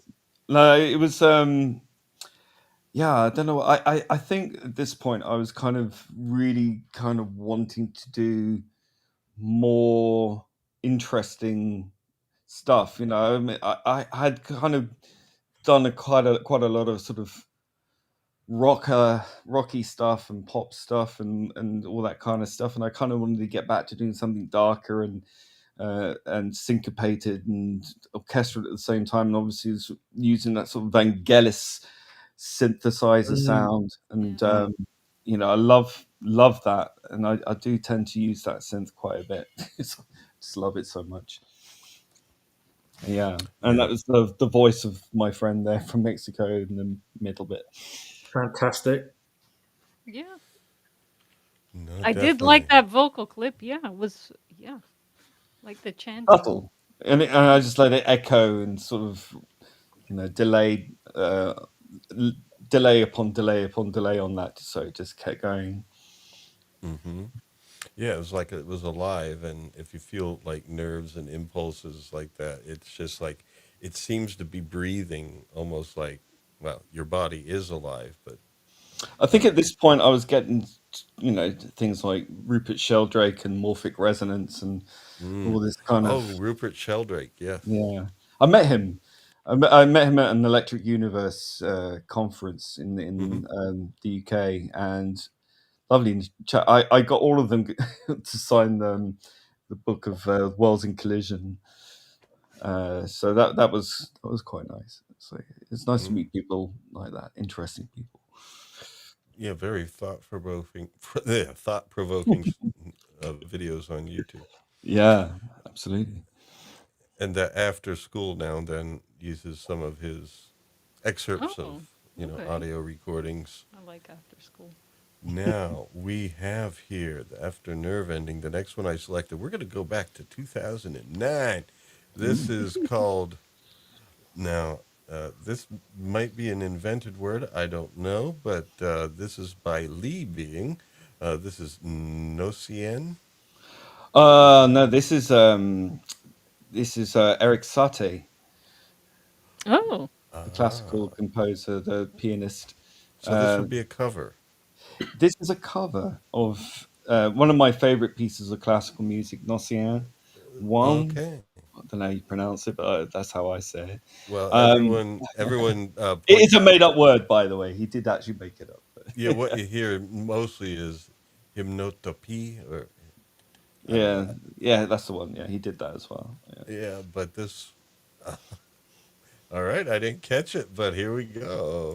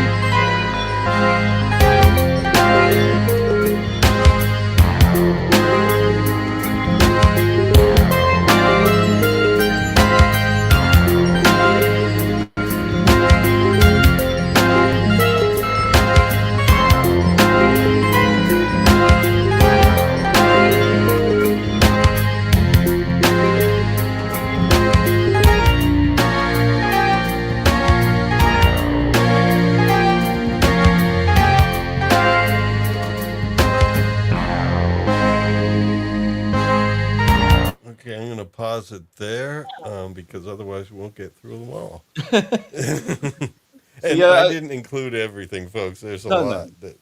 With that one, it was. I love that piece so much. I used to play it on a loop. I used to play all the Nossiens on a loop because he's French. I had to because it's all done on piano originally, but this I wanted to add a sort of an accordion sound to it. So that's why I had the kind of French accordion sound through it, and I had some counter point melodies in a sort of different time signature to Yes. Yeah. piece, just to add a bit more dynamic to it.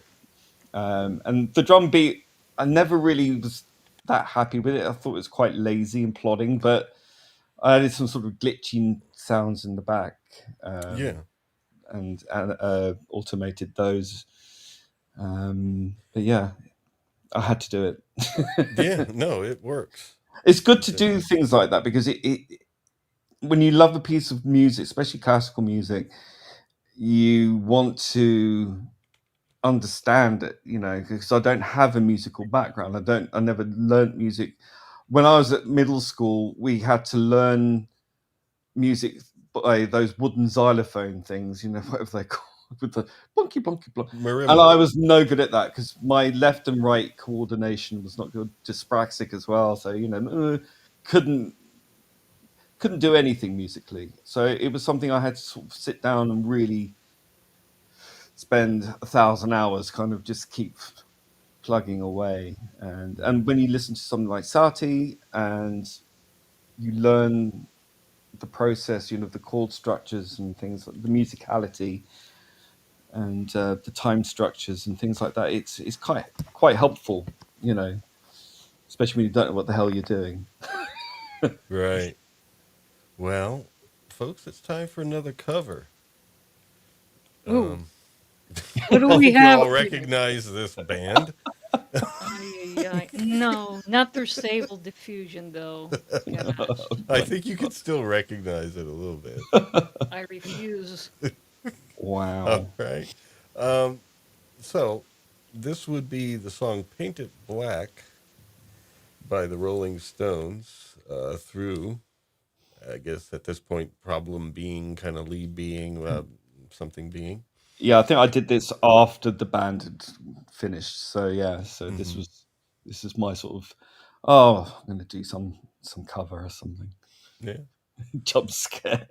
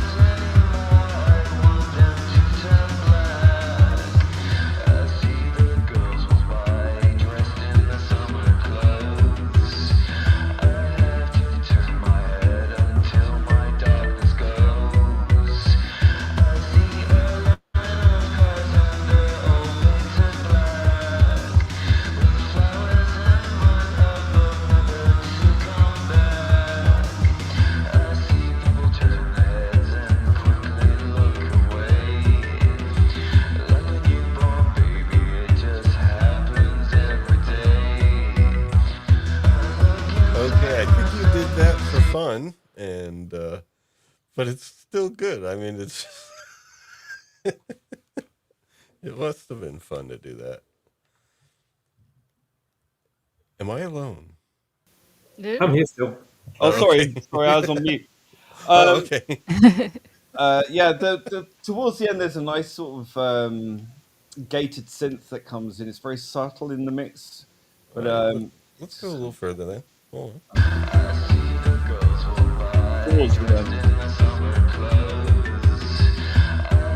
Did I pass it or no? It's quite towards the end. Oh, this is still close. Oh yeah.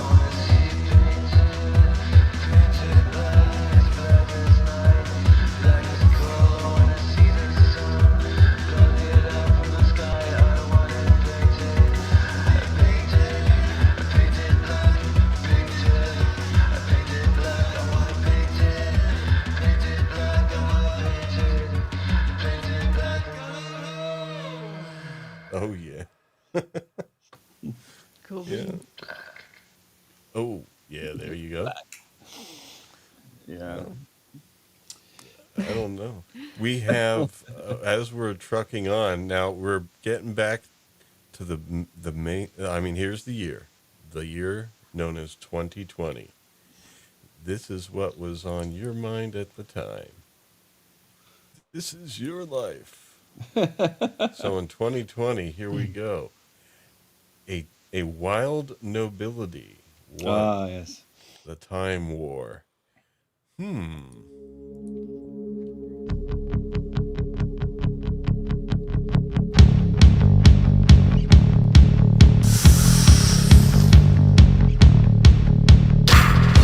The situation is in disguise. Behind the smile they neutralize. At angles at odds to even. They will lead you to a mock-up Eden. Oh, it will come at cost. This is a time war.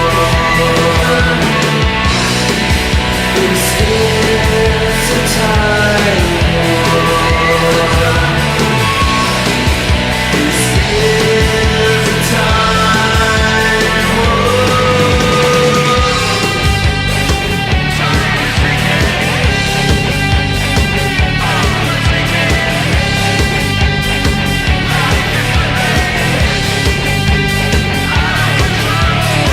You try to reason with logic and hope.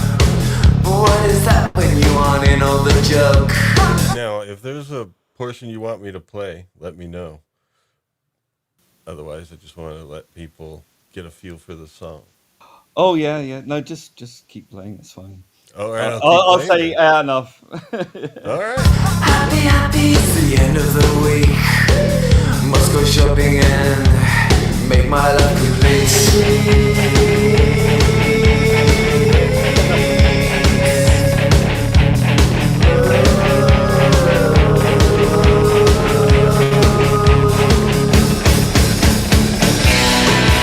This is a time war.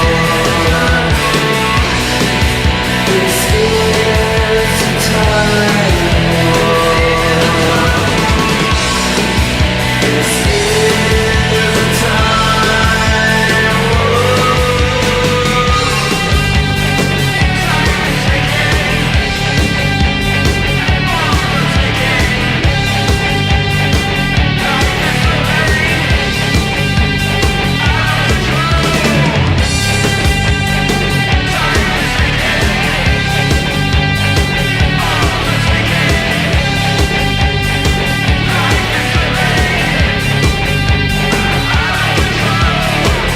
What you gonna do? What you gonna do? Time is up on you.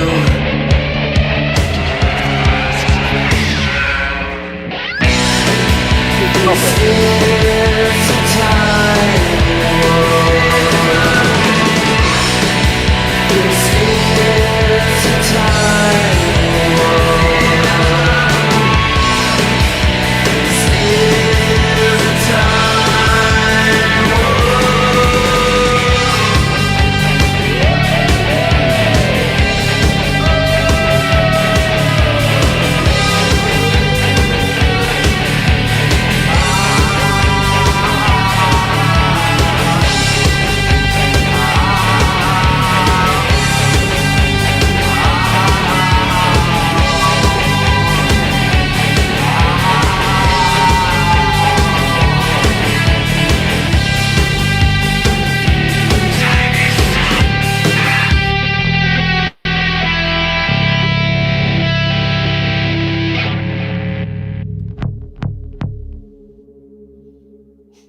Oh, wow. There was synth in that. Nice. Wow. A little bit. So what I believe I'm guessing that A Wild Nobility was a band. It was just a little side hustle, really. It was me doing the vocals and the lyrics, and the music was actually Steve Seabold. He's a a musician from a band called Hate Department, Okay. and he's been in like another band called Damage Manual, which was a supergroup of members of Killing Joke, Ministry, Public Image, people Oh like that. wow. So very well connected guy, really lovely guy. So we did this. We spoken to each other back in the days in MySpace. So we sort of I can't really remember much and how it came about. I was meant to. Damage Manual were going to do a second album, and Chris Connolly, who was a vocalist from Ministry, might not have been able to do the album. So I was tentatively nearly going to be the vocalist for Damage Manual, which would have been mind blowing. But Oh wow. unfortunately, Chris Connolly decided he was going to do the album, so I was out of the picture. So that's how typical. Oh, wow. But hey, but yeah, awesome guy, really great musician.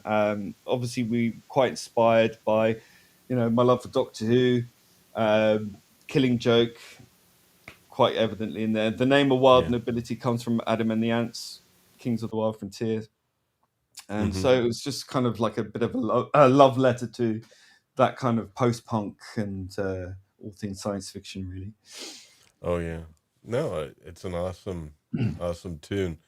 But that was in the year 2020 listed there, so I don't know when in that year, but yeah, sign of the mad times to come, I think. yeah, I was like thinking, man, I was reading into it a bit, and so I don't know. It might have been during lockdown. I can't remember. No, it might have been before then, I think. I can't remember. Okay. I really can't. It's all a blur. Well, here's more from 2020. And this is When Lee Being Was Found. Oh, gosh. No, it's called Lee Being, and the song title's Found.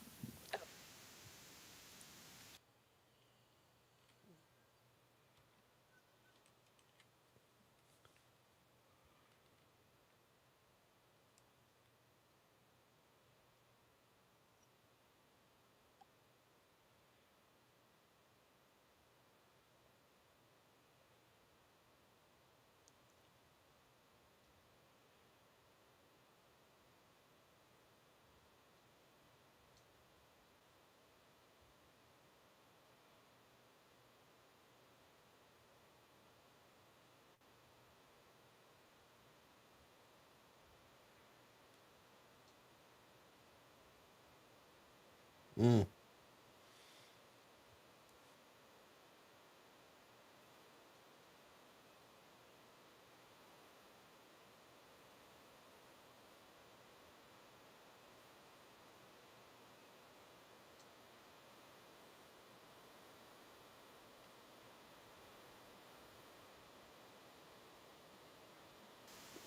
Says there's no audio on this. Who? Scott.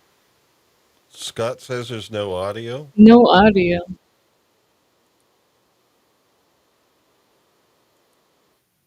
I Yeah. don't. He says there's no audio, dead air. You guys are hearing it, right? Yeah, I could hear that. Yeah, I can hear it. Not sure why YouTube isn't hearing it though. Do you hear our voices, Scott? I guess it's lost and not found after all. But everything else has been playing, otherwise we would have heard earlier, I'm sure. That's weird. Can you imagine the whole show? There's no audio, just playing along, being really cruel. What did Scott say now? Dead air. Archer Collins says now we can hear you talking, but for some reason they can't hear the music. Maybe something wrong with that track. Well, there you go. Found, not so much. How? I mean, that was tripping. That was awesome. Well, the interesting story behind the track that no one can hear is I read a story about a guy who climbed Mount Everest and then he got stuck, and then he died on a ledge there, and he became famous. He became known as Green Boots or something. I can't remember what his name was, but he was like a marker to show that people were at a certain point up the mountain. And he'd been left there for decades, just frozen there because it was too dangerous to remove his body. So they kind of shuffled him off to one side so he wouldn't be seen. But Oh, it's still man. up there. Macabre. Yeah, and I had this, and I just made these loops and just made the lyrics up on the spot and just recorded it in one take and just did a sort of bluesy kind of meandering, haunting tune about being lost on the shelf in the ice and the snow. I just thought it was quite. Yeah, I'm just looking at YouTube now, and my Gmail, which my YouTube account is attached to, I don't see any messages. I don't see why they would. Oh, wait a minute. YouTube, now live on your... No, that's the thing I get anytime I stream. No. Maybe it just can't. Maybe it's corrupt or it wasn't coded properly. I don't know. YouTube is That doesn't make sense. nothing. It's me. Problem being, right? Wherever I go, I tell you one thing, right? I have this weird electric field around me, and it's, I kid you not, electrics go weird around me sometimes. And when I was doing film extra work, I think which film was it? It wasn't Warhorse. It was something else. I can't remember which it was. Was it Fantastic Beasts? Might have been Fantastic Beasts. And we had to go and get a 3D scan of ourselves, for crowd scenes. So they 3D scan you, so they don't have to pay you. Self-defeating, but you can't say no, really. And so I went in there, and there's a whole bank of cameras in a sphere, basically. So you're surrounded by cameras and computer gear and everything, electrics galore. And I went in on one of them and said, you might not want to do this. I said, you got a lot of very expensive equipment here, and I have a tendency to cause chaos with electrics. And they were like, oh, yeah, we've heard it all before. No. So they went in, and then I think 80 racks of cameras or something it just went down. Man. And I crashed, and the computer crashed. And they had to reset. It took about half an hour to reset everything, and it crashed again. They did it eventually. I think they just wanted to prove a point. But they said that in all the years we've been doing this, I've never seen that before in my life. And I was like, I did warn you. And the same thing happened to me when I went through airport security in Chicago, Houston Airport was one of those two. And, you have to do the electronic thing where they scan your eye. Yeah. So I looked directly into this thing, and they crashed the computer. Oh, my goodness. Awesome. Serves them right. It took them an hour. I kid you not. Wow. I didn't have to go through fast because my connecting flight wasn't for ages, so I was grateful for that. But I held up everybody. No, it's ridiculous. Mandatory eye scan. Yeah, right. It's weird. It's like, damn, you could. And they said that had never happened before either. You have a superpower. Yeah, it's like pat downs aren't enough. Well, here we go, folks. In that same year, you were found on Mr. Brown Alliance. I think it was like January, February was like your first stream, and don't remind me. someone by the name of Demon Scythe Synthwave. Oh yeah, that guy. Yeah. I wonder where he is. I have no idea. Didn't he get conscripted into some empire or something somewhere? He was a young man at one point. Well, here we go. Also, that following year was 2022, and I remember hearing an old episode where you guys talked about this. So here where did it go? Oh, here it is. There we are. This thing. Now, I took an image, but I also used the track that was actually in the package you sent me, so it's going to be a little different than what you have on the YouTube. It's just a still. It's really ready to go.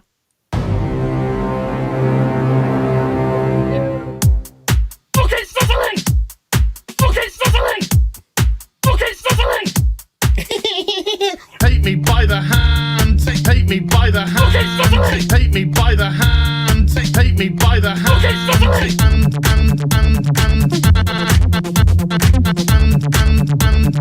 he, him, they, them, he, him, they, them. Some people just call me Fluffy. Me by the hand. Ocean man, take me by the hand. Ocean man, what the fuck are you wearing? It's not Halloween. Ocean man, take me by the hand. Ocean man, fucking sizzling. Ocean man, take me by the hand. Ocean man, my God, have I been in the can? Ocean man, take me by the hand. Ocean man, oh my God, my God. Ocean. All right. If you want me to play more, I could play the No, whole please. thing. So tell me the story behind this. I was just doing what a lot of people did at the time, just watching Az having a meltdown over Batwoman, and he just did this remarkable rant, and I was like, I've got to do something with this because this is just gold. And I did it in one night. Hmm. One night. And then I think it took me 3 days to do the clips and put the video together. So it was done very, very quickly. And that's the thing. When I get the burning itch, dare I say it, to do something like that, I will do it, and I will sit down for hours and not move until it's done. And it's because I've the light, yeah, exactly. You just get into you're sort of almost possessed by the urge just to do this, and it's weird how it just fell together, one thing after the other, and that's very rare that happens. It happened when I did Full Circle, and it happened with this. And it just came together, and people think, because I did it so fast, I must have just thrown it together in some kind of, using just loops and samples. And no, if you actually look at the actual racks, of tracks that I must have used about 50 to 60 tracks on that one song. Lots of it's samples and things, but it's all inputted musically. I think there are some samples in there that I use, like musical, like beats, just rhythm section, just to cut through the crap. But it's all input. I've got all the dots on the screen to prove it. Yeah. So people think, you must have just done that with like on your mobile phone or something. No. You can hear that it's well crafted, and that you really had to line things up and just have them, make it fit all together. And the fact that it keeps like it's right on time is. I worked on that. I must have been 24 hours solidly. Yeah.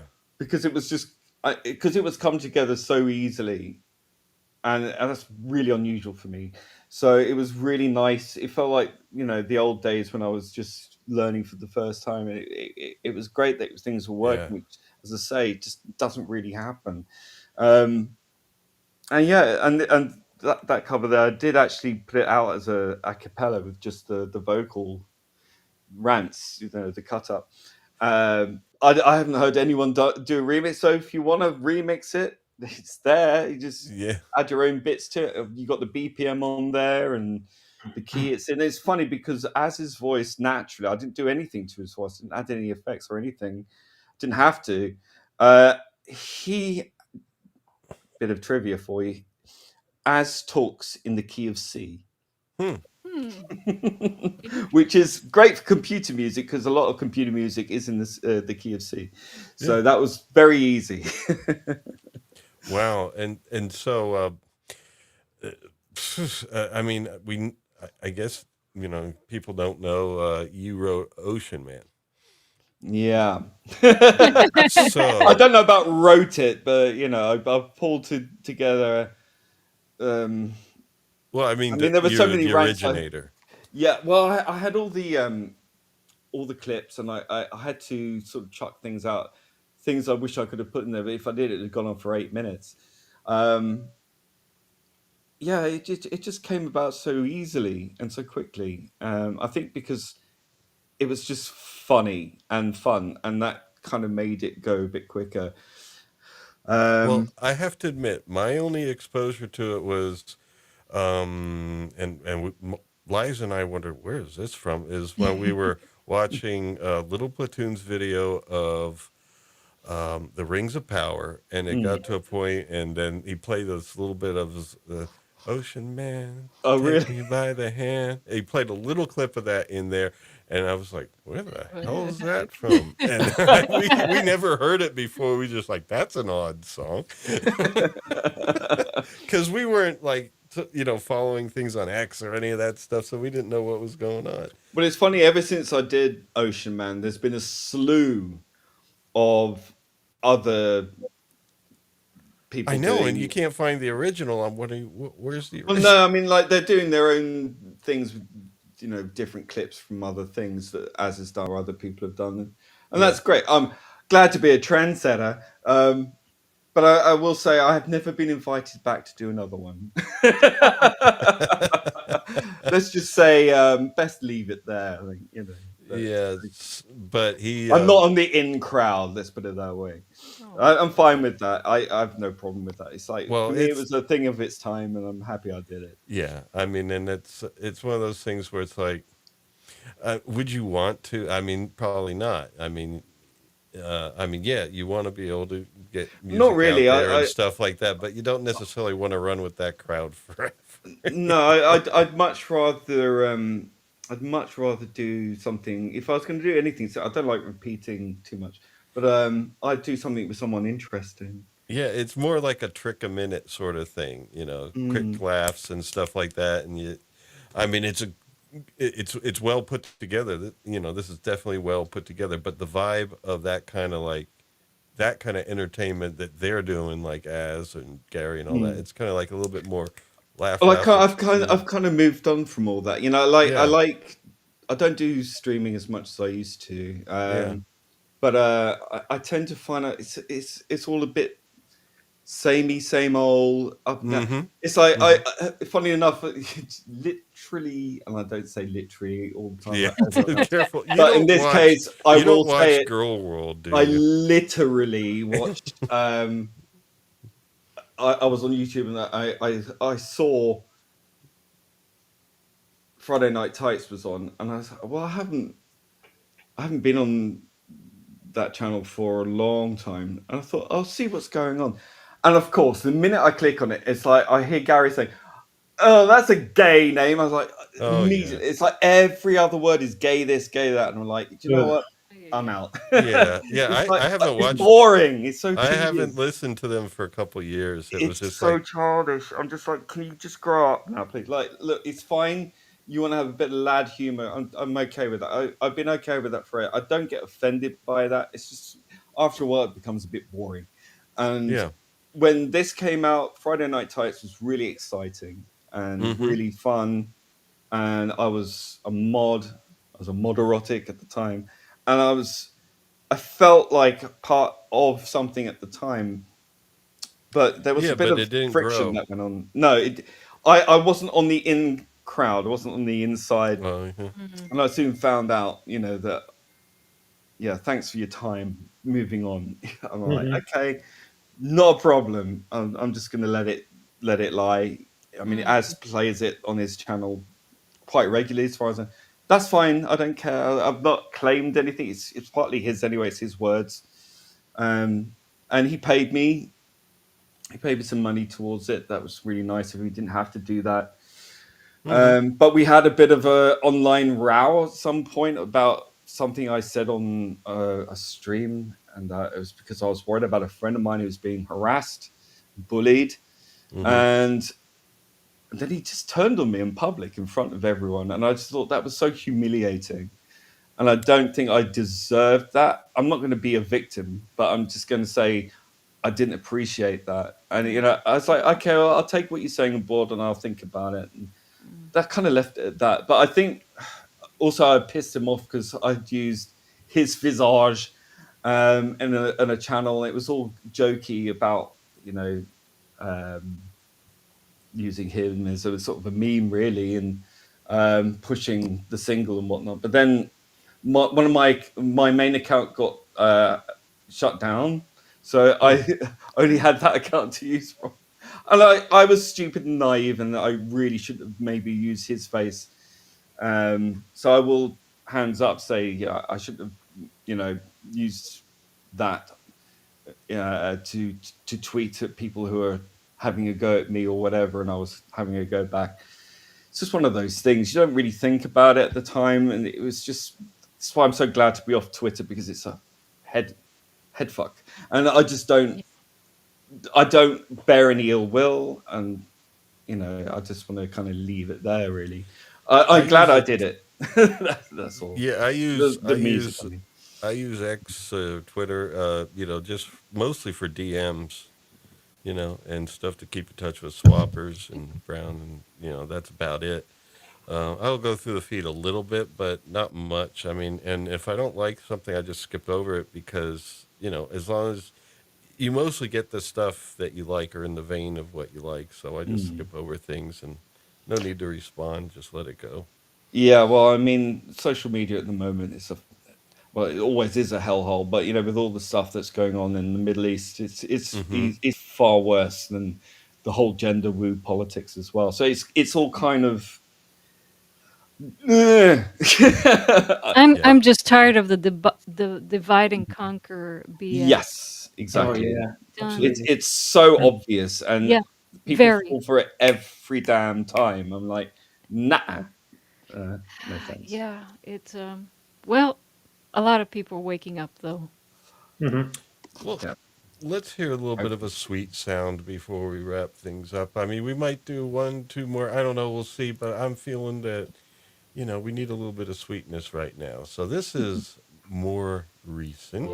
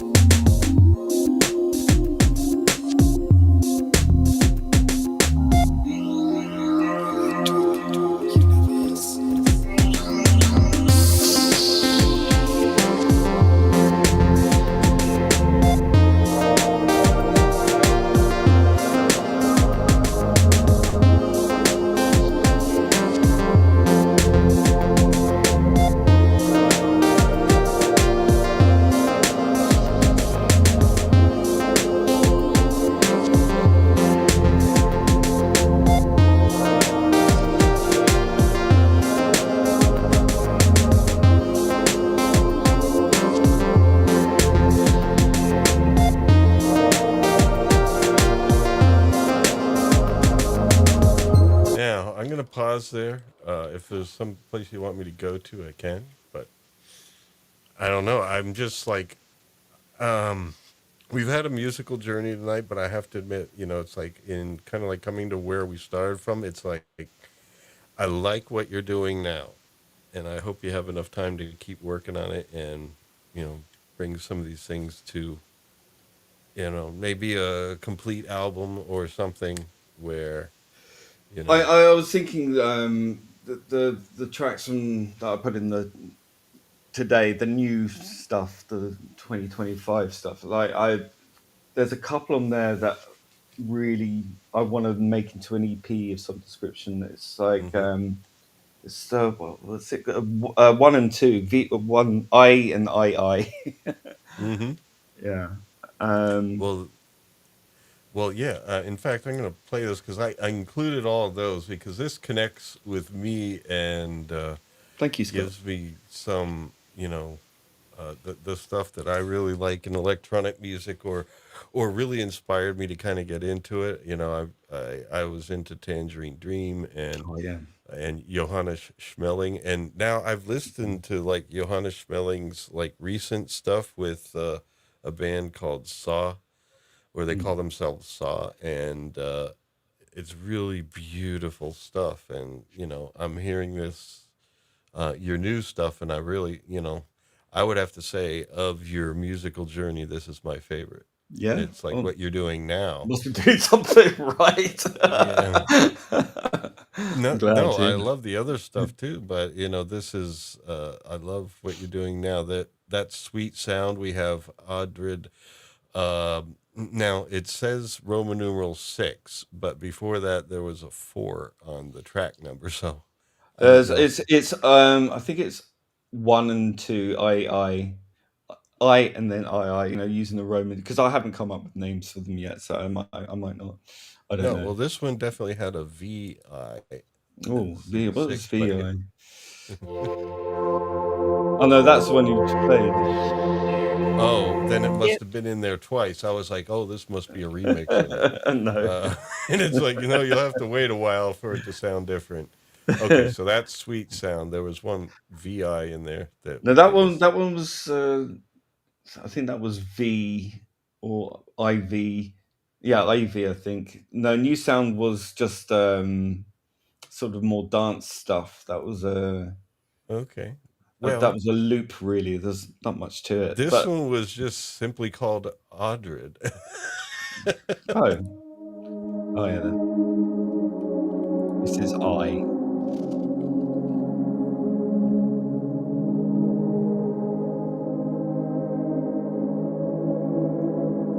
I mean, it's beautiful.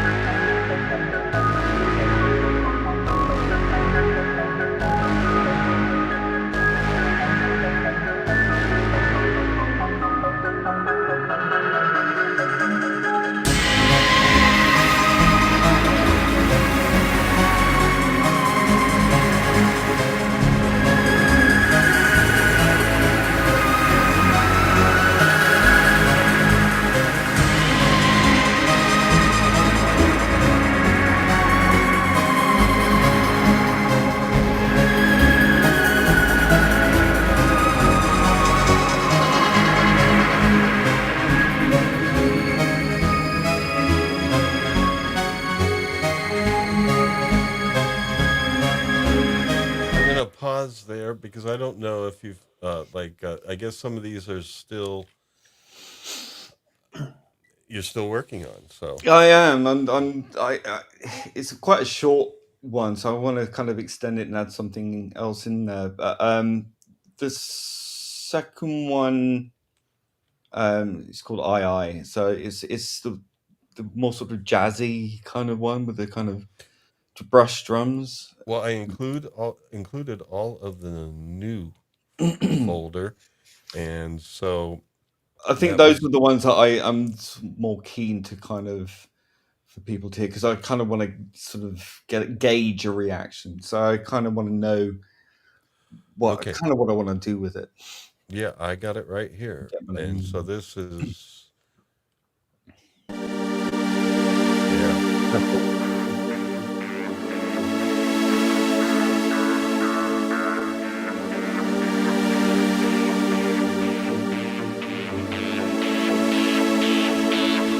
This one's quite short, so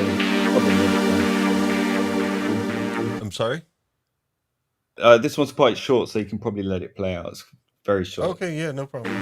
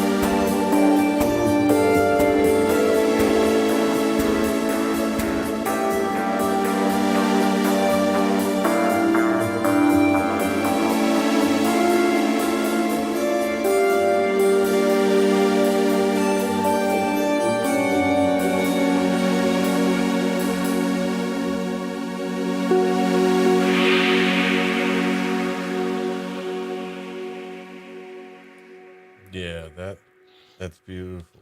That sound, that noise, is a saxophone, Mm, What?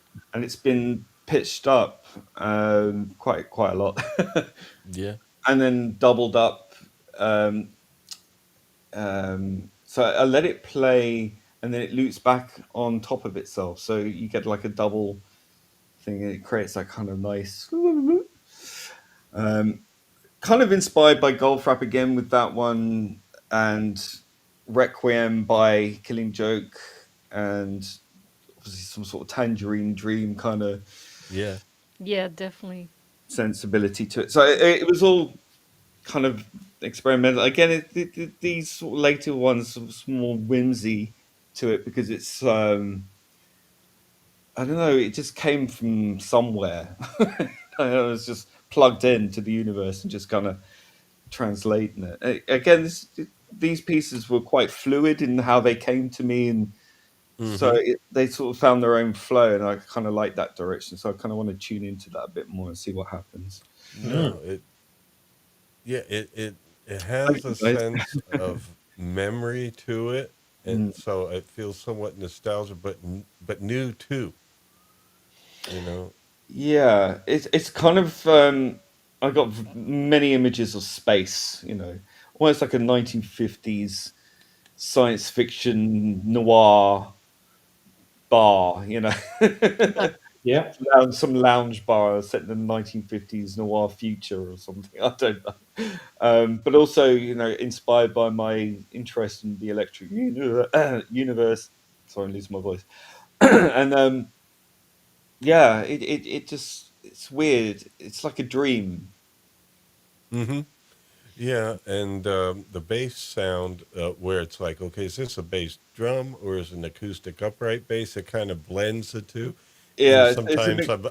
I'm having a hard time telling if it's pitched or not, I did. I But I did. like that. I did pitch the drums with the Yeah, bass, with the standing bass sound. So yeah, I did that. I was like, yeah, yeah. something's not right here. I just kind of tune that a little bit so it's not dissonant. I Um, mean, yeah, beautiful stuff. So, where are you headed now? Uh, like what's on your to-do list, so to speak. um, Good question. I kind of want to continue this theme and see where it goes. The one with uh, where is it that Colin Archer Colin mentioned, just subscribe to the channel. It's like, is that Ofra Hazar? Yes, because one of the other songs from this folder, I sampled Ofra Hazar from a song that she did called Jerusalem of Gold. It's one of the most beautiful pieces of a cappella, and it's weird because I did this piece of music first, and I was like, I need a vocal. So me being me, I was like, oh, what's Lisa Gerard done that second? I just shoved that in there. And I was like, no, that doesn't fit. That doesn't fit. And I was just going through my library of songs, and that came on, and I was just like, oh, wow. It was in the same key. Um, it was perfect. It was the right length exactly, and it seemed to fit the rhythm of the piece, and I was just astounded. I didn't have to do anything to it apart from sticking maybe a reverb on it, and that was it. It was so bizarre how it was just destined, I think, for that piece. Yeah, I mean, I'm actually looking for something right now because I wanted to play something for you. So I was Mm. hoping you were going to keep talking. But Oh, well, that's put me on the spot, isn't it? What does Swappers have to say? He's been bloody quiet. I think he's working on Praxium of the Pathfinders right Oh now. no, sod that. No way. I've been sitting here entranced by this the whole time. Absolutely adored that last track. That was fantastic. I thought it was going to be like shorter than it was. I was expecting it to end any second, and it carried on going. I was like, "Oh, can I have more of this, please? Come on, come on."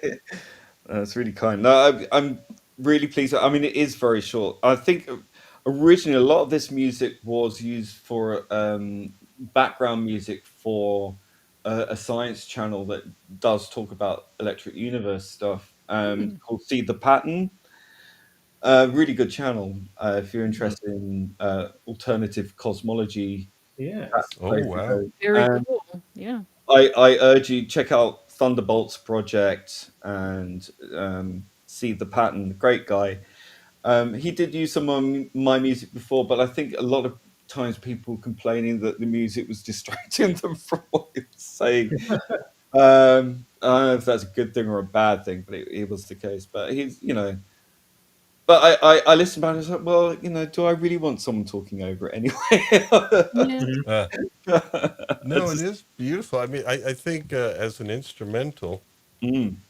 I might get it a singer. works. I might, if I find this elusive singer that I need for redesigned, maybe I can get them to do something on this. Maybe I think it could work with a bit of rejigging. Maybe as an alternative cut. He did on that last track. Really did remind me. It's funny you should say that. It's that it got included on an astronomical style channel. There's another channel I've been following as well for like the last few years. I think the channel itself is called Melody Sheep, and they do these amazing sort of sci-fi astronomy kind of videos where they sort of look at possible planets and alien life out there and things like that. And they do all their own music for these videos, for these kind of stargazing style, ethereal sort of almost sci-fi science videos, and they're amazing. And it reminded me a lot of their stuff. So I mean, you might want to look them up and sort of check their stuff out as well. But it's very much in line with that as well. So Melody Sheep, I think, is the thing you want to search for. I'll have to look at that. Yeah. Yeah, that just reminded me actually, because when I was 15 years old, I used to hang out with this kid called Chad, and this He was was a real Chad. Yeah, well, he really wasn't. And he was quite an oddball, which is kind of why I liked him. I thought he was cool. But he knew these hippies in I was living in Wimbledon at the time, and so he invited me to go around to their house, as you do. And they were these two brothers, Mark and Clive Ives, and they have a band called Woo, WOO, and they sort of do all this new age music, and they had the studio set up upstairs, so we used to go and hang out there and listen to all this crazy music, and he'd give me like these CDs and stuff of their music, and I can't think of a more profound group, very whimsical, incredibly whimsical music, all electronic and sort of like electronic oboes and stuff. They've been recording since the late 70s, and they did a track called No More Telly, and it's a techno banger. I'm not joking. It's only like 2 minutes long, but it's fucking awesome. And it's on an album they did called what was it? I can't remember. It was in Into the Attic or something, and it was it was just so experimental. And I remember, like, after sort of gained their trust and all the rest, they let me sort of mix some of their music. And I had a tape of it once and I lost it. And I swear to God, it was one of my most proudest moments. I'd mixed a song at the age of 15 and I thought it was beautiful.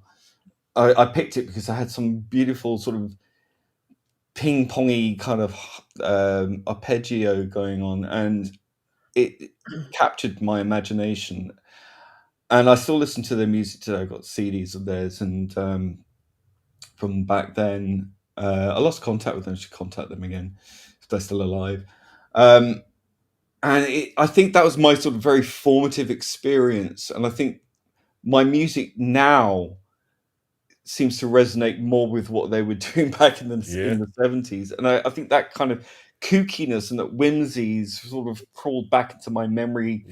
And I think that's kind of retrospectively inspired me. I can't thank them enough for being that. I think the spark, if you like, in me. Yeah, and in fact, I've been kind of going back to my roots. I mean, I got really experimental, especially during the academic years, and I haven't released an album since 2012 because everything was video art. And I mean, there was some good stuff there, but now I'm getting back to what really inspired me to get into music. And in fact, I was going to share it, but let's see if you can hear this. Did you hear a drum there? Yeah, I can hear that, yes. Okay, good. Well, because I had to patch it through because the Chrome browser doesn't natively share sound on your computer. So if I'm going to share this, I needed to hook that up using some Linux magic, and that doesn't always work. So let's see if we can share the screen. Here we go. Boink, boink. And we go to Window. I'm doing this so we don't get dead air because otherwise we'll be Oh, 2 minutes I'll just away. say in the meantime then that Go ahead. that Woo have a lot of their music on YouTube. If you can find No More Telly, seriously go and check it out. All right. So anyway, here we go. Liza hasn't even heard this. I did this a few weeks ago, and I was Surprise. just here putting things together because I started using Bitwig Studio because it's native on Linux, and I don't know. It's from one of the Freeware. founders of Ableton. No, it's Yeah. not Oh, freeware. is it No, not? no, I thought no. that's what the whole point of Linux was. No, well, no. I mean, Oh. you could have proprietary software, and then, you Mm. can release it on whatever operating your system you want. This just happens to, they've decided. I think they're in Germany. Oh, But anyway, good here we stuff. go. This is, I don't know. We'll try it. We'll see what happens.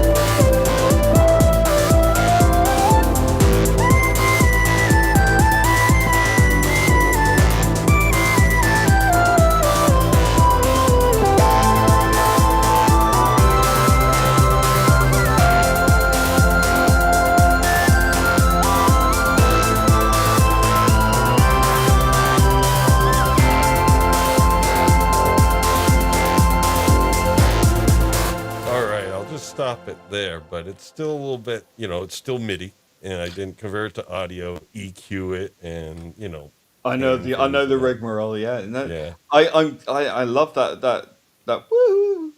It kind of it's give me a kind of a Jeff Wayne kind of vibe. Yeah. Oh, yeah. Okay. I like that. That's really All good. right. But yeah, I mean, I'm hoping in the future, I mean, that we could collaborate in some way, Yeah. where Yeah. I give you a musical idea and you can do what you want with it. Oh And yeah, I always love collabs because I like it's nice not having too much control. Like you have it's like a what do you call it, like a free radical, hmm and then you have to kind of work around someone else's idea. It's fascinating to me. I don't think people understand that. Collaboration. Oh, it's just people working together or whatever. But no, it's like you're sending an emissary to represent yourself to someone else, and then they welcome them, and then they introduce their people, and then it's weird like that. It's a creative force. It's all, I'm talking rubbish, aren't I? But no, No, no. no. but you know what I mean. It's like an exchange of energy and ideas, and Oh Yeah. yeah. it's And always fun to me. yeah, and the way I like to do it is just kind of like say, okay, I'll give you this, or and at this point in life, I know my living is going to be made doing stuff like I'm doing now, which is well, I'm doing voice work for AI and stuff, and pretty much I'll be doing stuff like that. And actually, to be honest with you, I don't want to making a living at music directly because then it would kill it. You know, I want it to be fun. I want it to be something I enjoy. And so, I'm not interested in it being a money making thing other than, anything I give you, you can use the way you want. Anything Yeah, where gentlemen. all I ask is just credit and it's yours. So I'm easy to work with. Easy. I am inspired to send the both of you some samples of my leg fiddle from my leg Beg your fiddle. pardon. I guess I should explain what that is. You should. Oh my god! I've already been able to fiddle with your legs. It's okay. So I've built an instrument that's very similar to a viola da gamba, but it has some raised frets, so it has Eastern elements, movable frets, so I could play around with the different things. And it has from what I was told, people listening to my samples on it here on YouTube, is very kind of organic animal whale soundy kind of thing, very ethereal, very haunting. And you guys, I was listening to, well, I'm surprised that Lawrence, finally we get some music from you, and it's been a long time. Yeah, I'm very yeah. happy that, but uh Well, ever Mr. since the thing didn't work out with the academia, I pretty much stopped composing for it I don't it know. it was I don't think I've written something new in about 7 years. yeah. But Yeah, I'm inspired to send you guys samples because right now I'm into instrument building and that's so uh, cool. go So much from respect. gone from composer to instrument builder because that's where creativity and inspiration is. And in a lot of these pieces, in both of your pieces, I can hear this thing. I mean, you may rethink wanting to get a vocalist. And I'm not trying to. Well, you are also a vocalist. Well, I I'm going through the process of reconstructing my voice with somebody who teaches old school stuff, and so I can't offer myself up as a singer right now. I wouldn't dare, but I think if you're looking for sounds that are unusual that nobody else has, that are kind of like a voice, but I'm in. I'm in. Send it over. I'm really interested. I will love the sound. do. I Well, love. Yeah. you described what a leg fiddle is, right? Yeah, I don't yeah. remember It's if you it's did. it's made with a cigar box. That's the resonator. And it's a hybrid between a tenor viola da gamba and it has like the fretboard of a dantiba with raised frets, so you could, as you bow, you can make wailing sounds. I have some samples online. I'm gonna change out the strings this week to make the sounds a little bit more stable. But even YouTube, when it was transcribing my video, it thought while it was playing that this thing was saying something. So some weird formants happened. Nice. Some weird resonances are happening on this instrument. It's dirty, yet it's I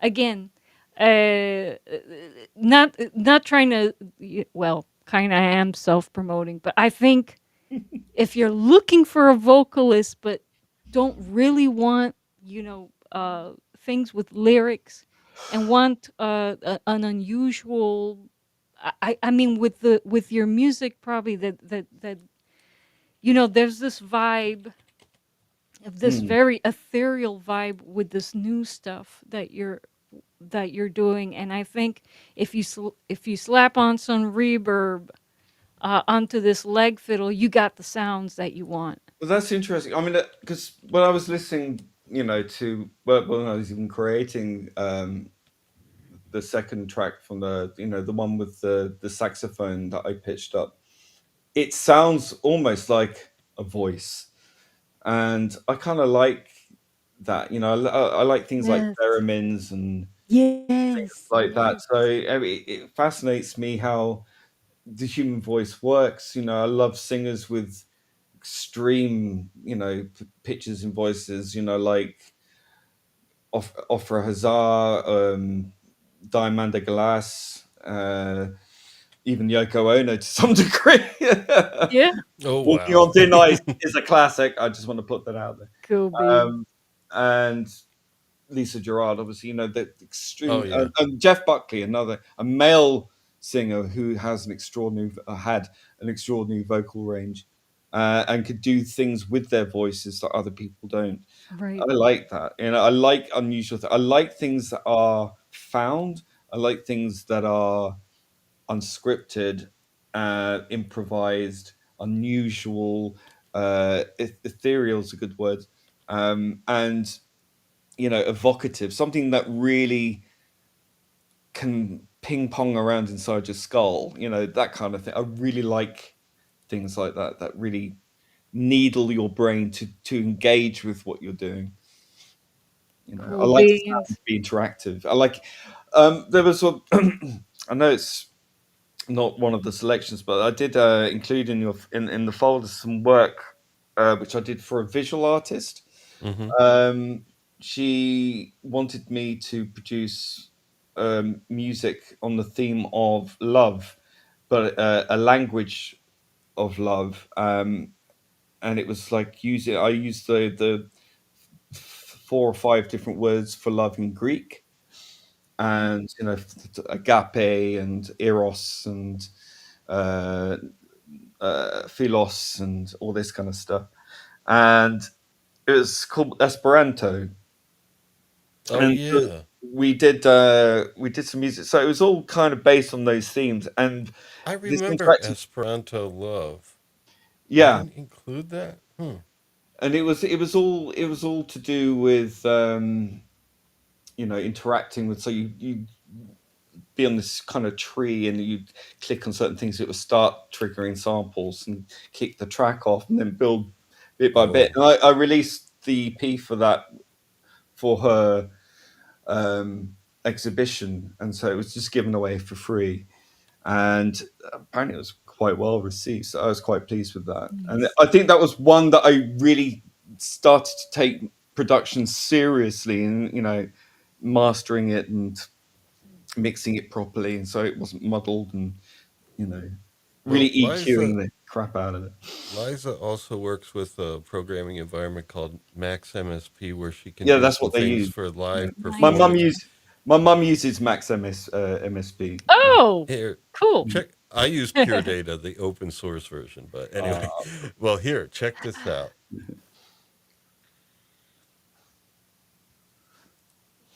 Oh, Check an this. oldie but goodie.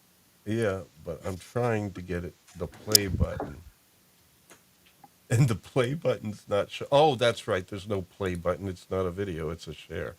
Here we go.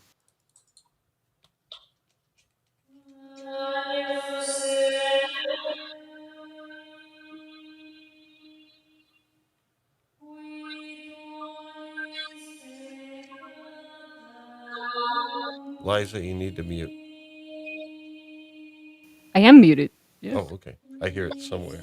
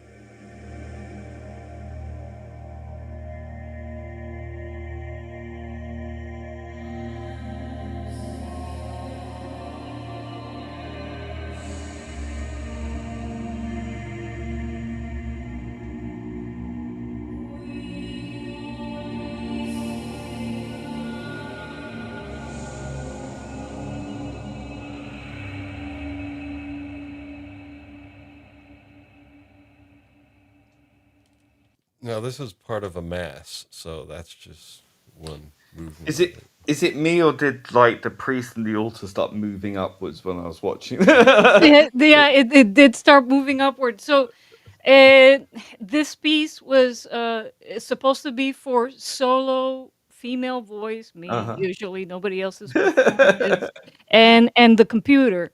And so everything that was happening was being generated in real time. And Mm. then I used since it was a nuptial mass, I used these stereographs that my great uncle took at my grandparents' wedding to create the backdrop of the performance. So this was being projected kind of above behind me. But since then, I've this you needed red blue 3D Yeah, glasses to yeah. watch this. So I've created new backdrops for the Ah. performance that work better as video overlays. But yes, everything was just me and Max MSB. Love Max. Love it. Yeah, my mum is she does the occasional parties where she does like live, vision mixing and stuff. Awesome. So Love I guess I get it from her, Yes. Yeah, no, love that multimedia stuff. But But it's funny. I'm I only met her when I was 30, and she was doing a sound and music course, and it was just weird because so was I. wow. It's so bizarre, isn't it? But yeah, that was Yeah, great. I love choral, uh, religious music. I find absolutely fascinating. I yeah, love that, and I love. There was some Orthodox Christian singing when the Pope went to visit. I can't remember where it was, and it was just sublime. A little girl chorister singing in this incredible voice, and then a baritone. Yes. And it was stunning, and I Yes. love that. And I love. Do you know? Is it Théâtre de Voice, voix? What? Oh God, Bulgare. The voice, the Bulgarian voice, whatever it is. It's I have to check them out. I have choral to look singing. them up. Yeah, it's stunning. I've sampled them as well because I just love it so much. But yeah, the mysterious voices of Bulgaria, or something like that. Very hmm cool. Yeah. Very cool. Kind of So, like I'm if there are any I mean the way that you describe it, if there are any maybe they're one of my favorite groups that kind of sings in that style is Ensemble Organum. And hmm. hmm I don't know. It kind of like what happens at the end of the Boba Fett score with the male voices. Mm-mm. That's reminiscent of what they thought medieval music in Galicia sounded like, Mm. and No, so I that love. that belted kind of Yeah, sound yeah. It's like that. in with a bunch of people and in harmonies with these open fits, and I love that. If you listen to the mysterious voices of Bulgaria, it's in French for some reason. The title, the name of the group, but they are Bulgarian lady singers in a choir, and they're Hmm. singing in these angelic, phenomenal voices. They did work with Lisa Gerard at some point, but I was into them. I think probably around the same time as Lisa Gerard Yeah, independently. But those voices, otherworldly, sublime. Um, and I would love if you could just play one more for me, sure. if you can. I know it's running late, but it's the one that's called "We Internalize." Okay. Well, to make sure it works, what I'm going to do is import it into Bitwig and play it through there. So this is one with Lisa. I think it's transformative enough, so you shouldn't get in trouble. Here Okay. we go. Well, You get actually, away with the other one. This one should be fine. Cool. But it's well, it's Ofra Hazar's voice, and you could I speak a little use this bit for because I got to look for it, and then yeah, when I sure. find it, I'll drop it in. But definitely, I'm inspired to send the both of you samples, and you guys can do what you want with them. Or I would be delighted to have a listen.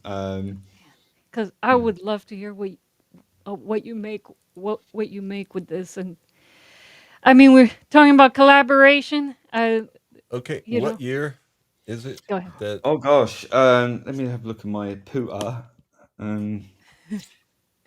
Let's have a look. 2001? Nope. 2005? There's Nope. the Audred files. I think it's under. No, it's not under new. Sod that. Okay. 2021. Oh, wait a minute. I think it's here under. Is it 208? Because there's a folder here called Esperanto Love. No, it's 2007. Okay. Esperanto. We have to do that another time, I think.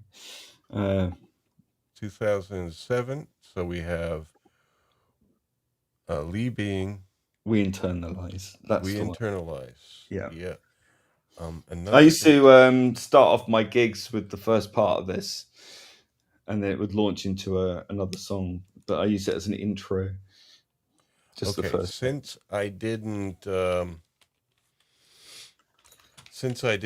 do the video for it, I'm just gonna hook VLC player, if I can find it in this mess here, up to the browser. I mean, no AI monstrosities to give Yes, people nightmares. exactly. No more. We've had our fill. Can you not generate one in a click of a Chat button? GPT. It'll probably Well, do I their don't job. want to take. I'm that hoping long. Swappers likes this one as well, because I'm quite. And as I say, when I had the music complete before I added any vocal to it, and it was just I was playing the piece, and I was just going through my library, and it just started playing with this a cappella of hers, and it was in perfect pitch, the right key, the right length. It was in time with the music. It just felt like it was made for it, and it was Okay. just so Do you hear weird. it? Yes. You Yes. heard that? All right, here we Yes. go.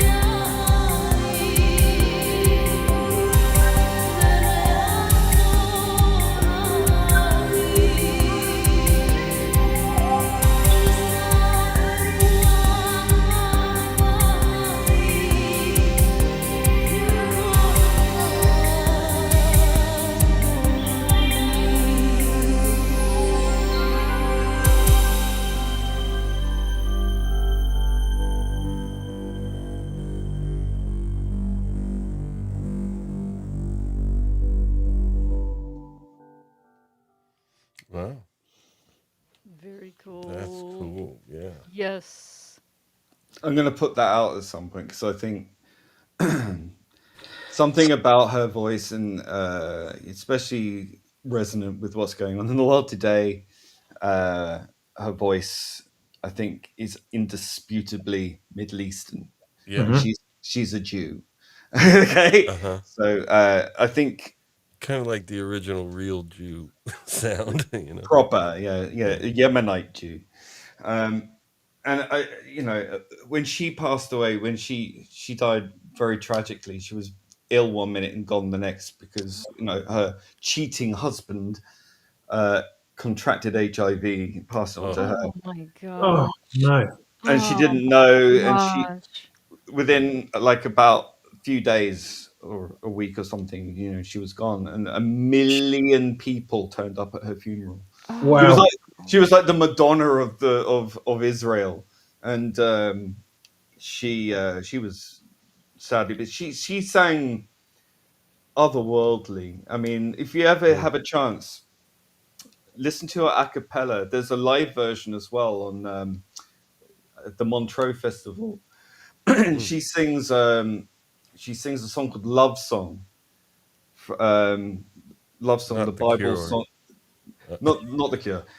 Although I think no, she sang on Temple of Love as well, the reissue. I was going to say, yeah, I was going to say that was her. Oh my That's god, her, I yeah. recognise the voice straight away. Yeah. Yeah, that's her.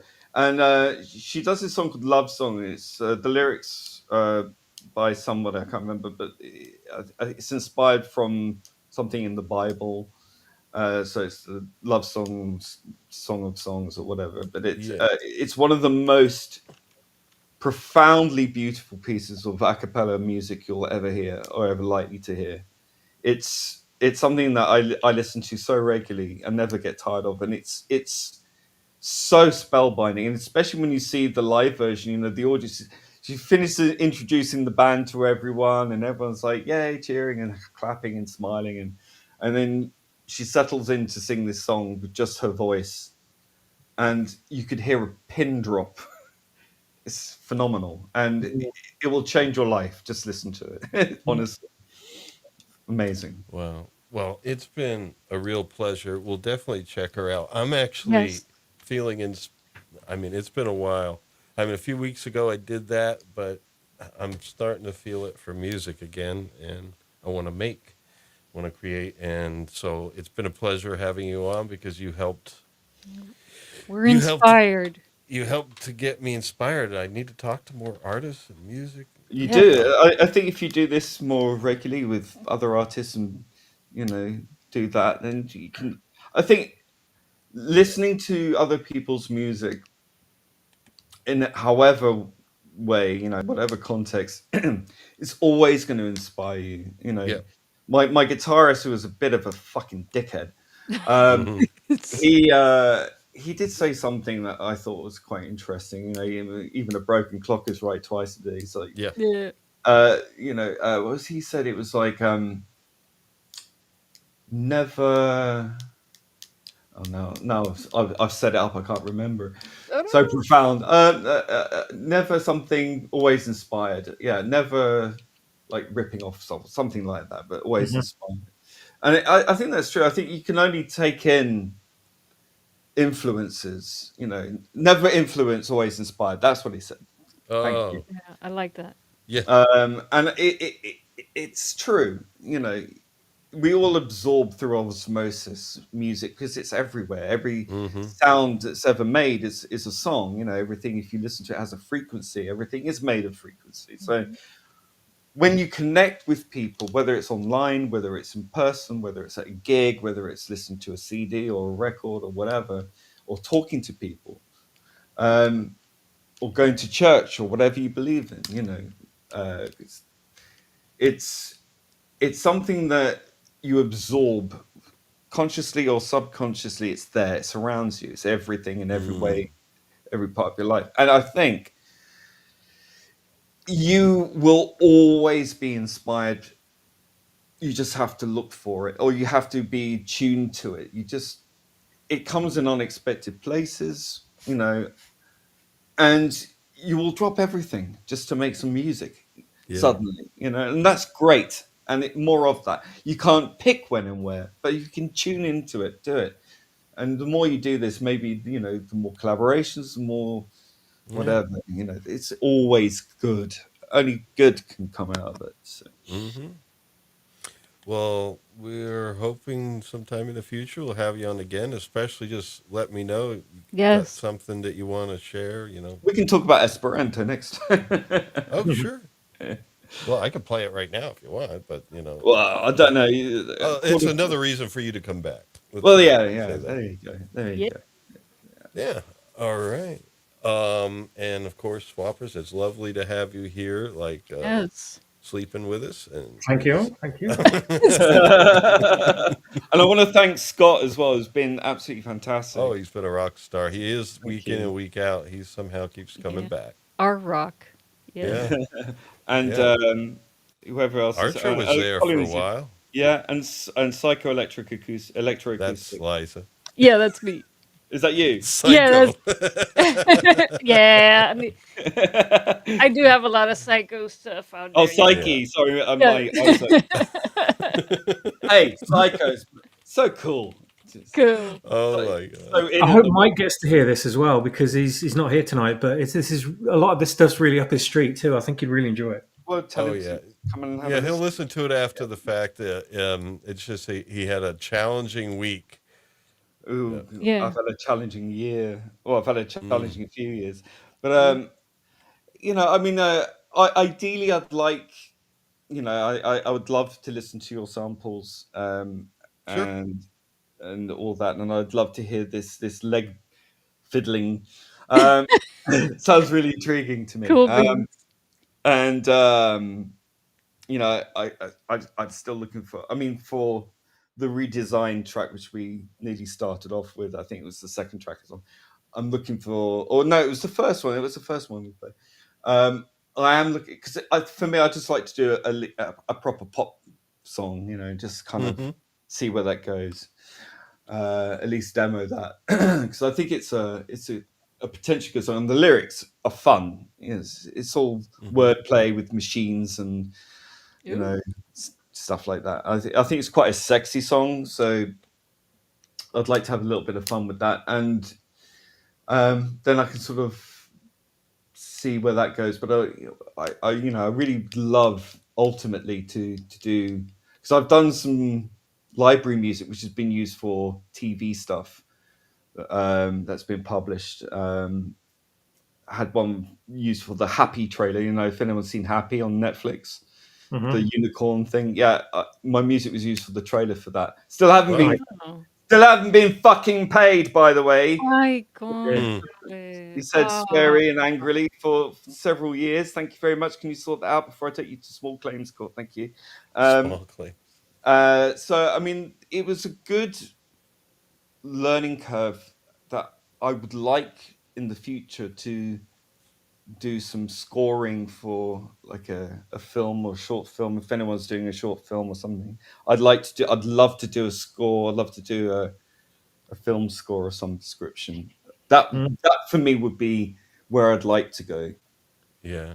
Really. I've done a couple, but they were film festival films, and one of them was good. But it's one of those things where you gotta let it go a little bit because they will do some things maybe that you didn't want them to do. Well, that's why I think with library music, you're kind of trained just to let go anyway, because it's a Yeah. piece of music. It's 2.5 minutes long. They might use 10 seconds because it's all cut into like 10s, Mm-hmm. 20s, 30s, and 60s and threes, or however long it is. So I'm fine with that. Yeah. It's a process, and it's a collaboration. Sometimes the visual doesn't require an element of music that you put in, and Mm-hmm. you got to let your babies go, haven't you? Yeah, exactly. Kill your darlings, as they say. But for me, it's just I'd like, even if it's like a studenty film or something, Mm-hmm. just to practice on. I'd really like to do that. So if anyone's out there listening, Yeah.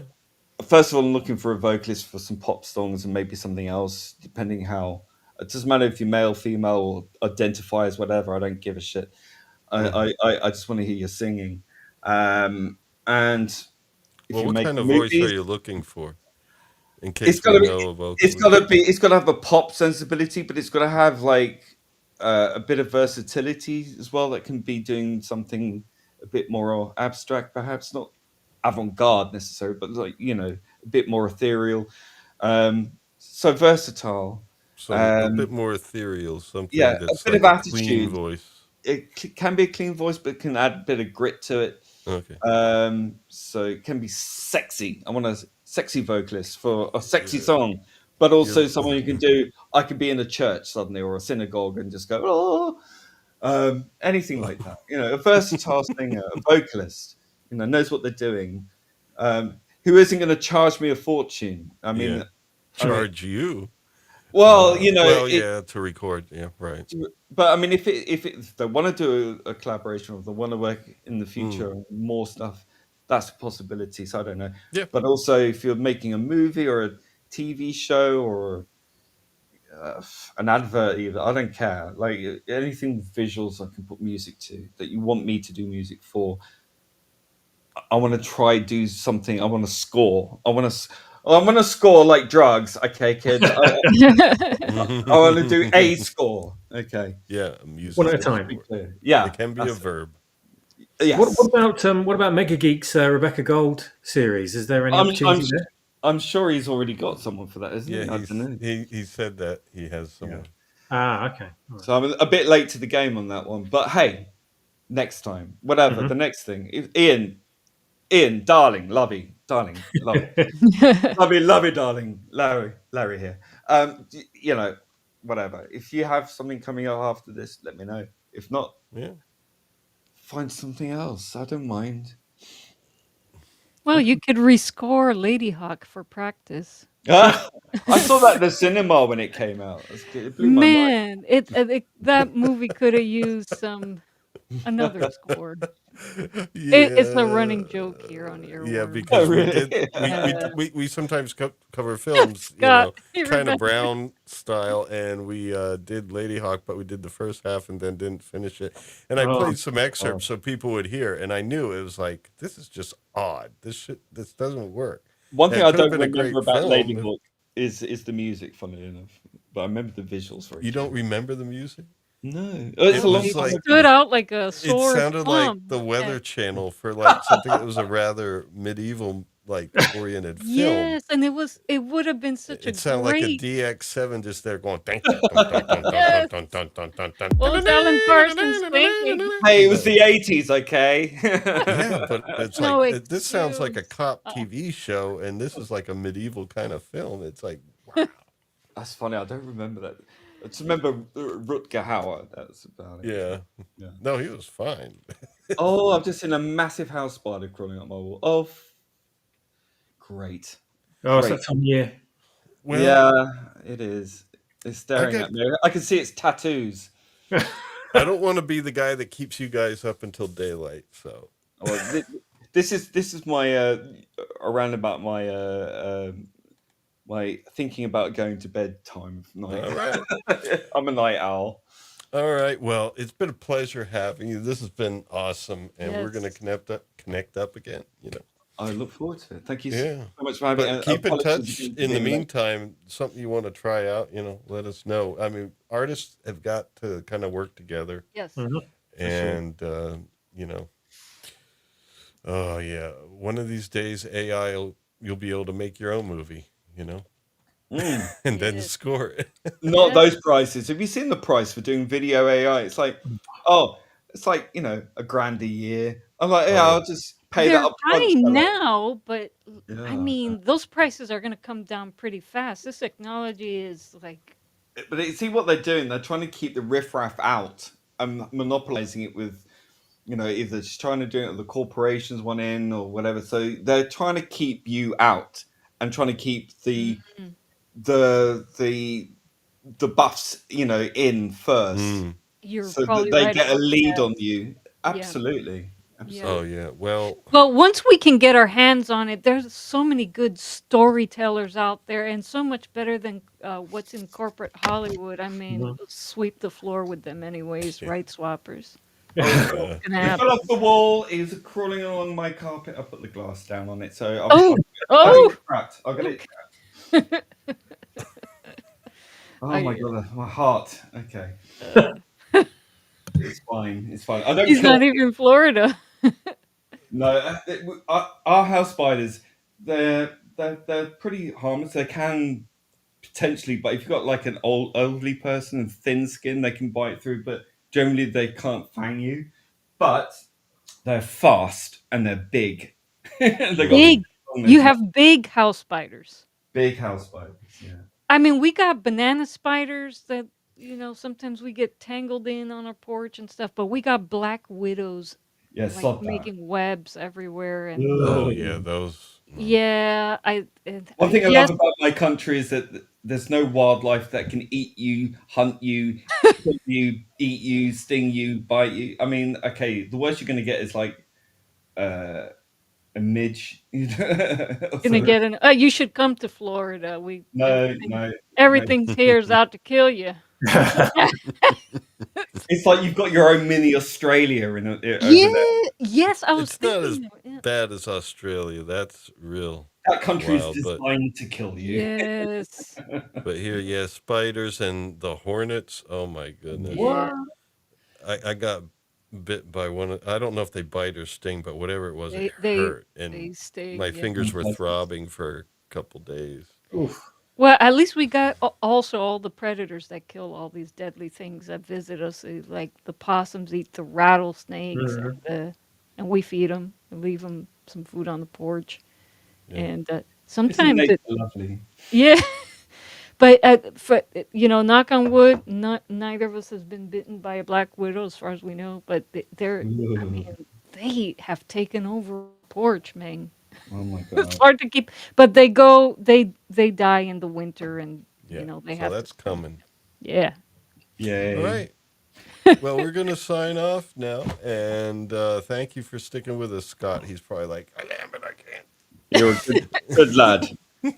All right. So, anyway, even though we have Brits here, this is how we sign off with Olivier Duché playing the Colony National Anthem. They die, yeah.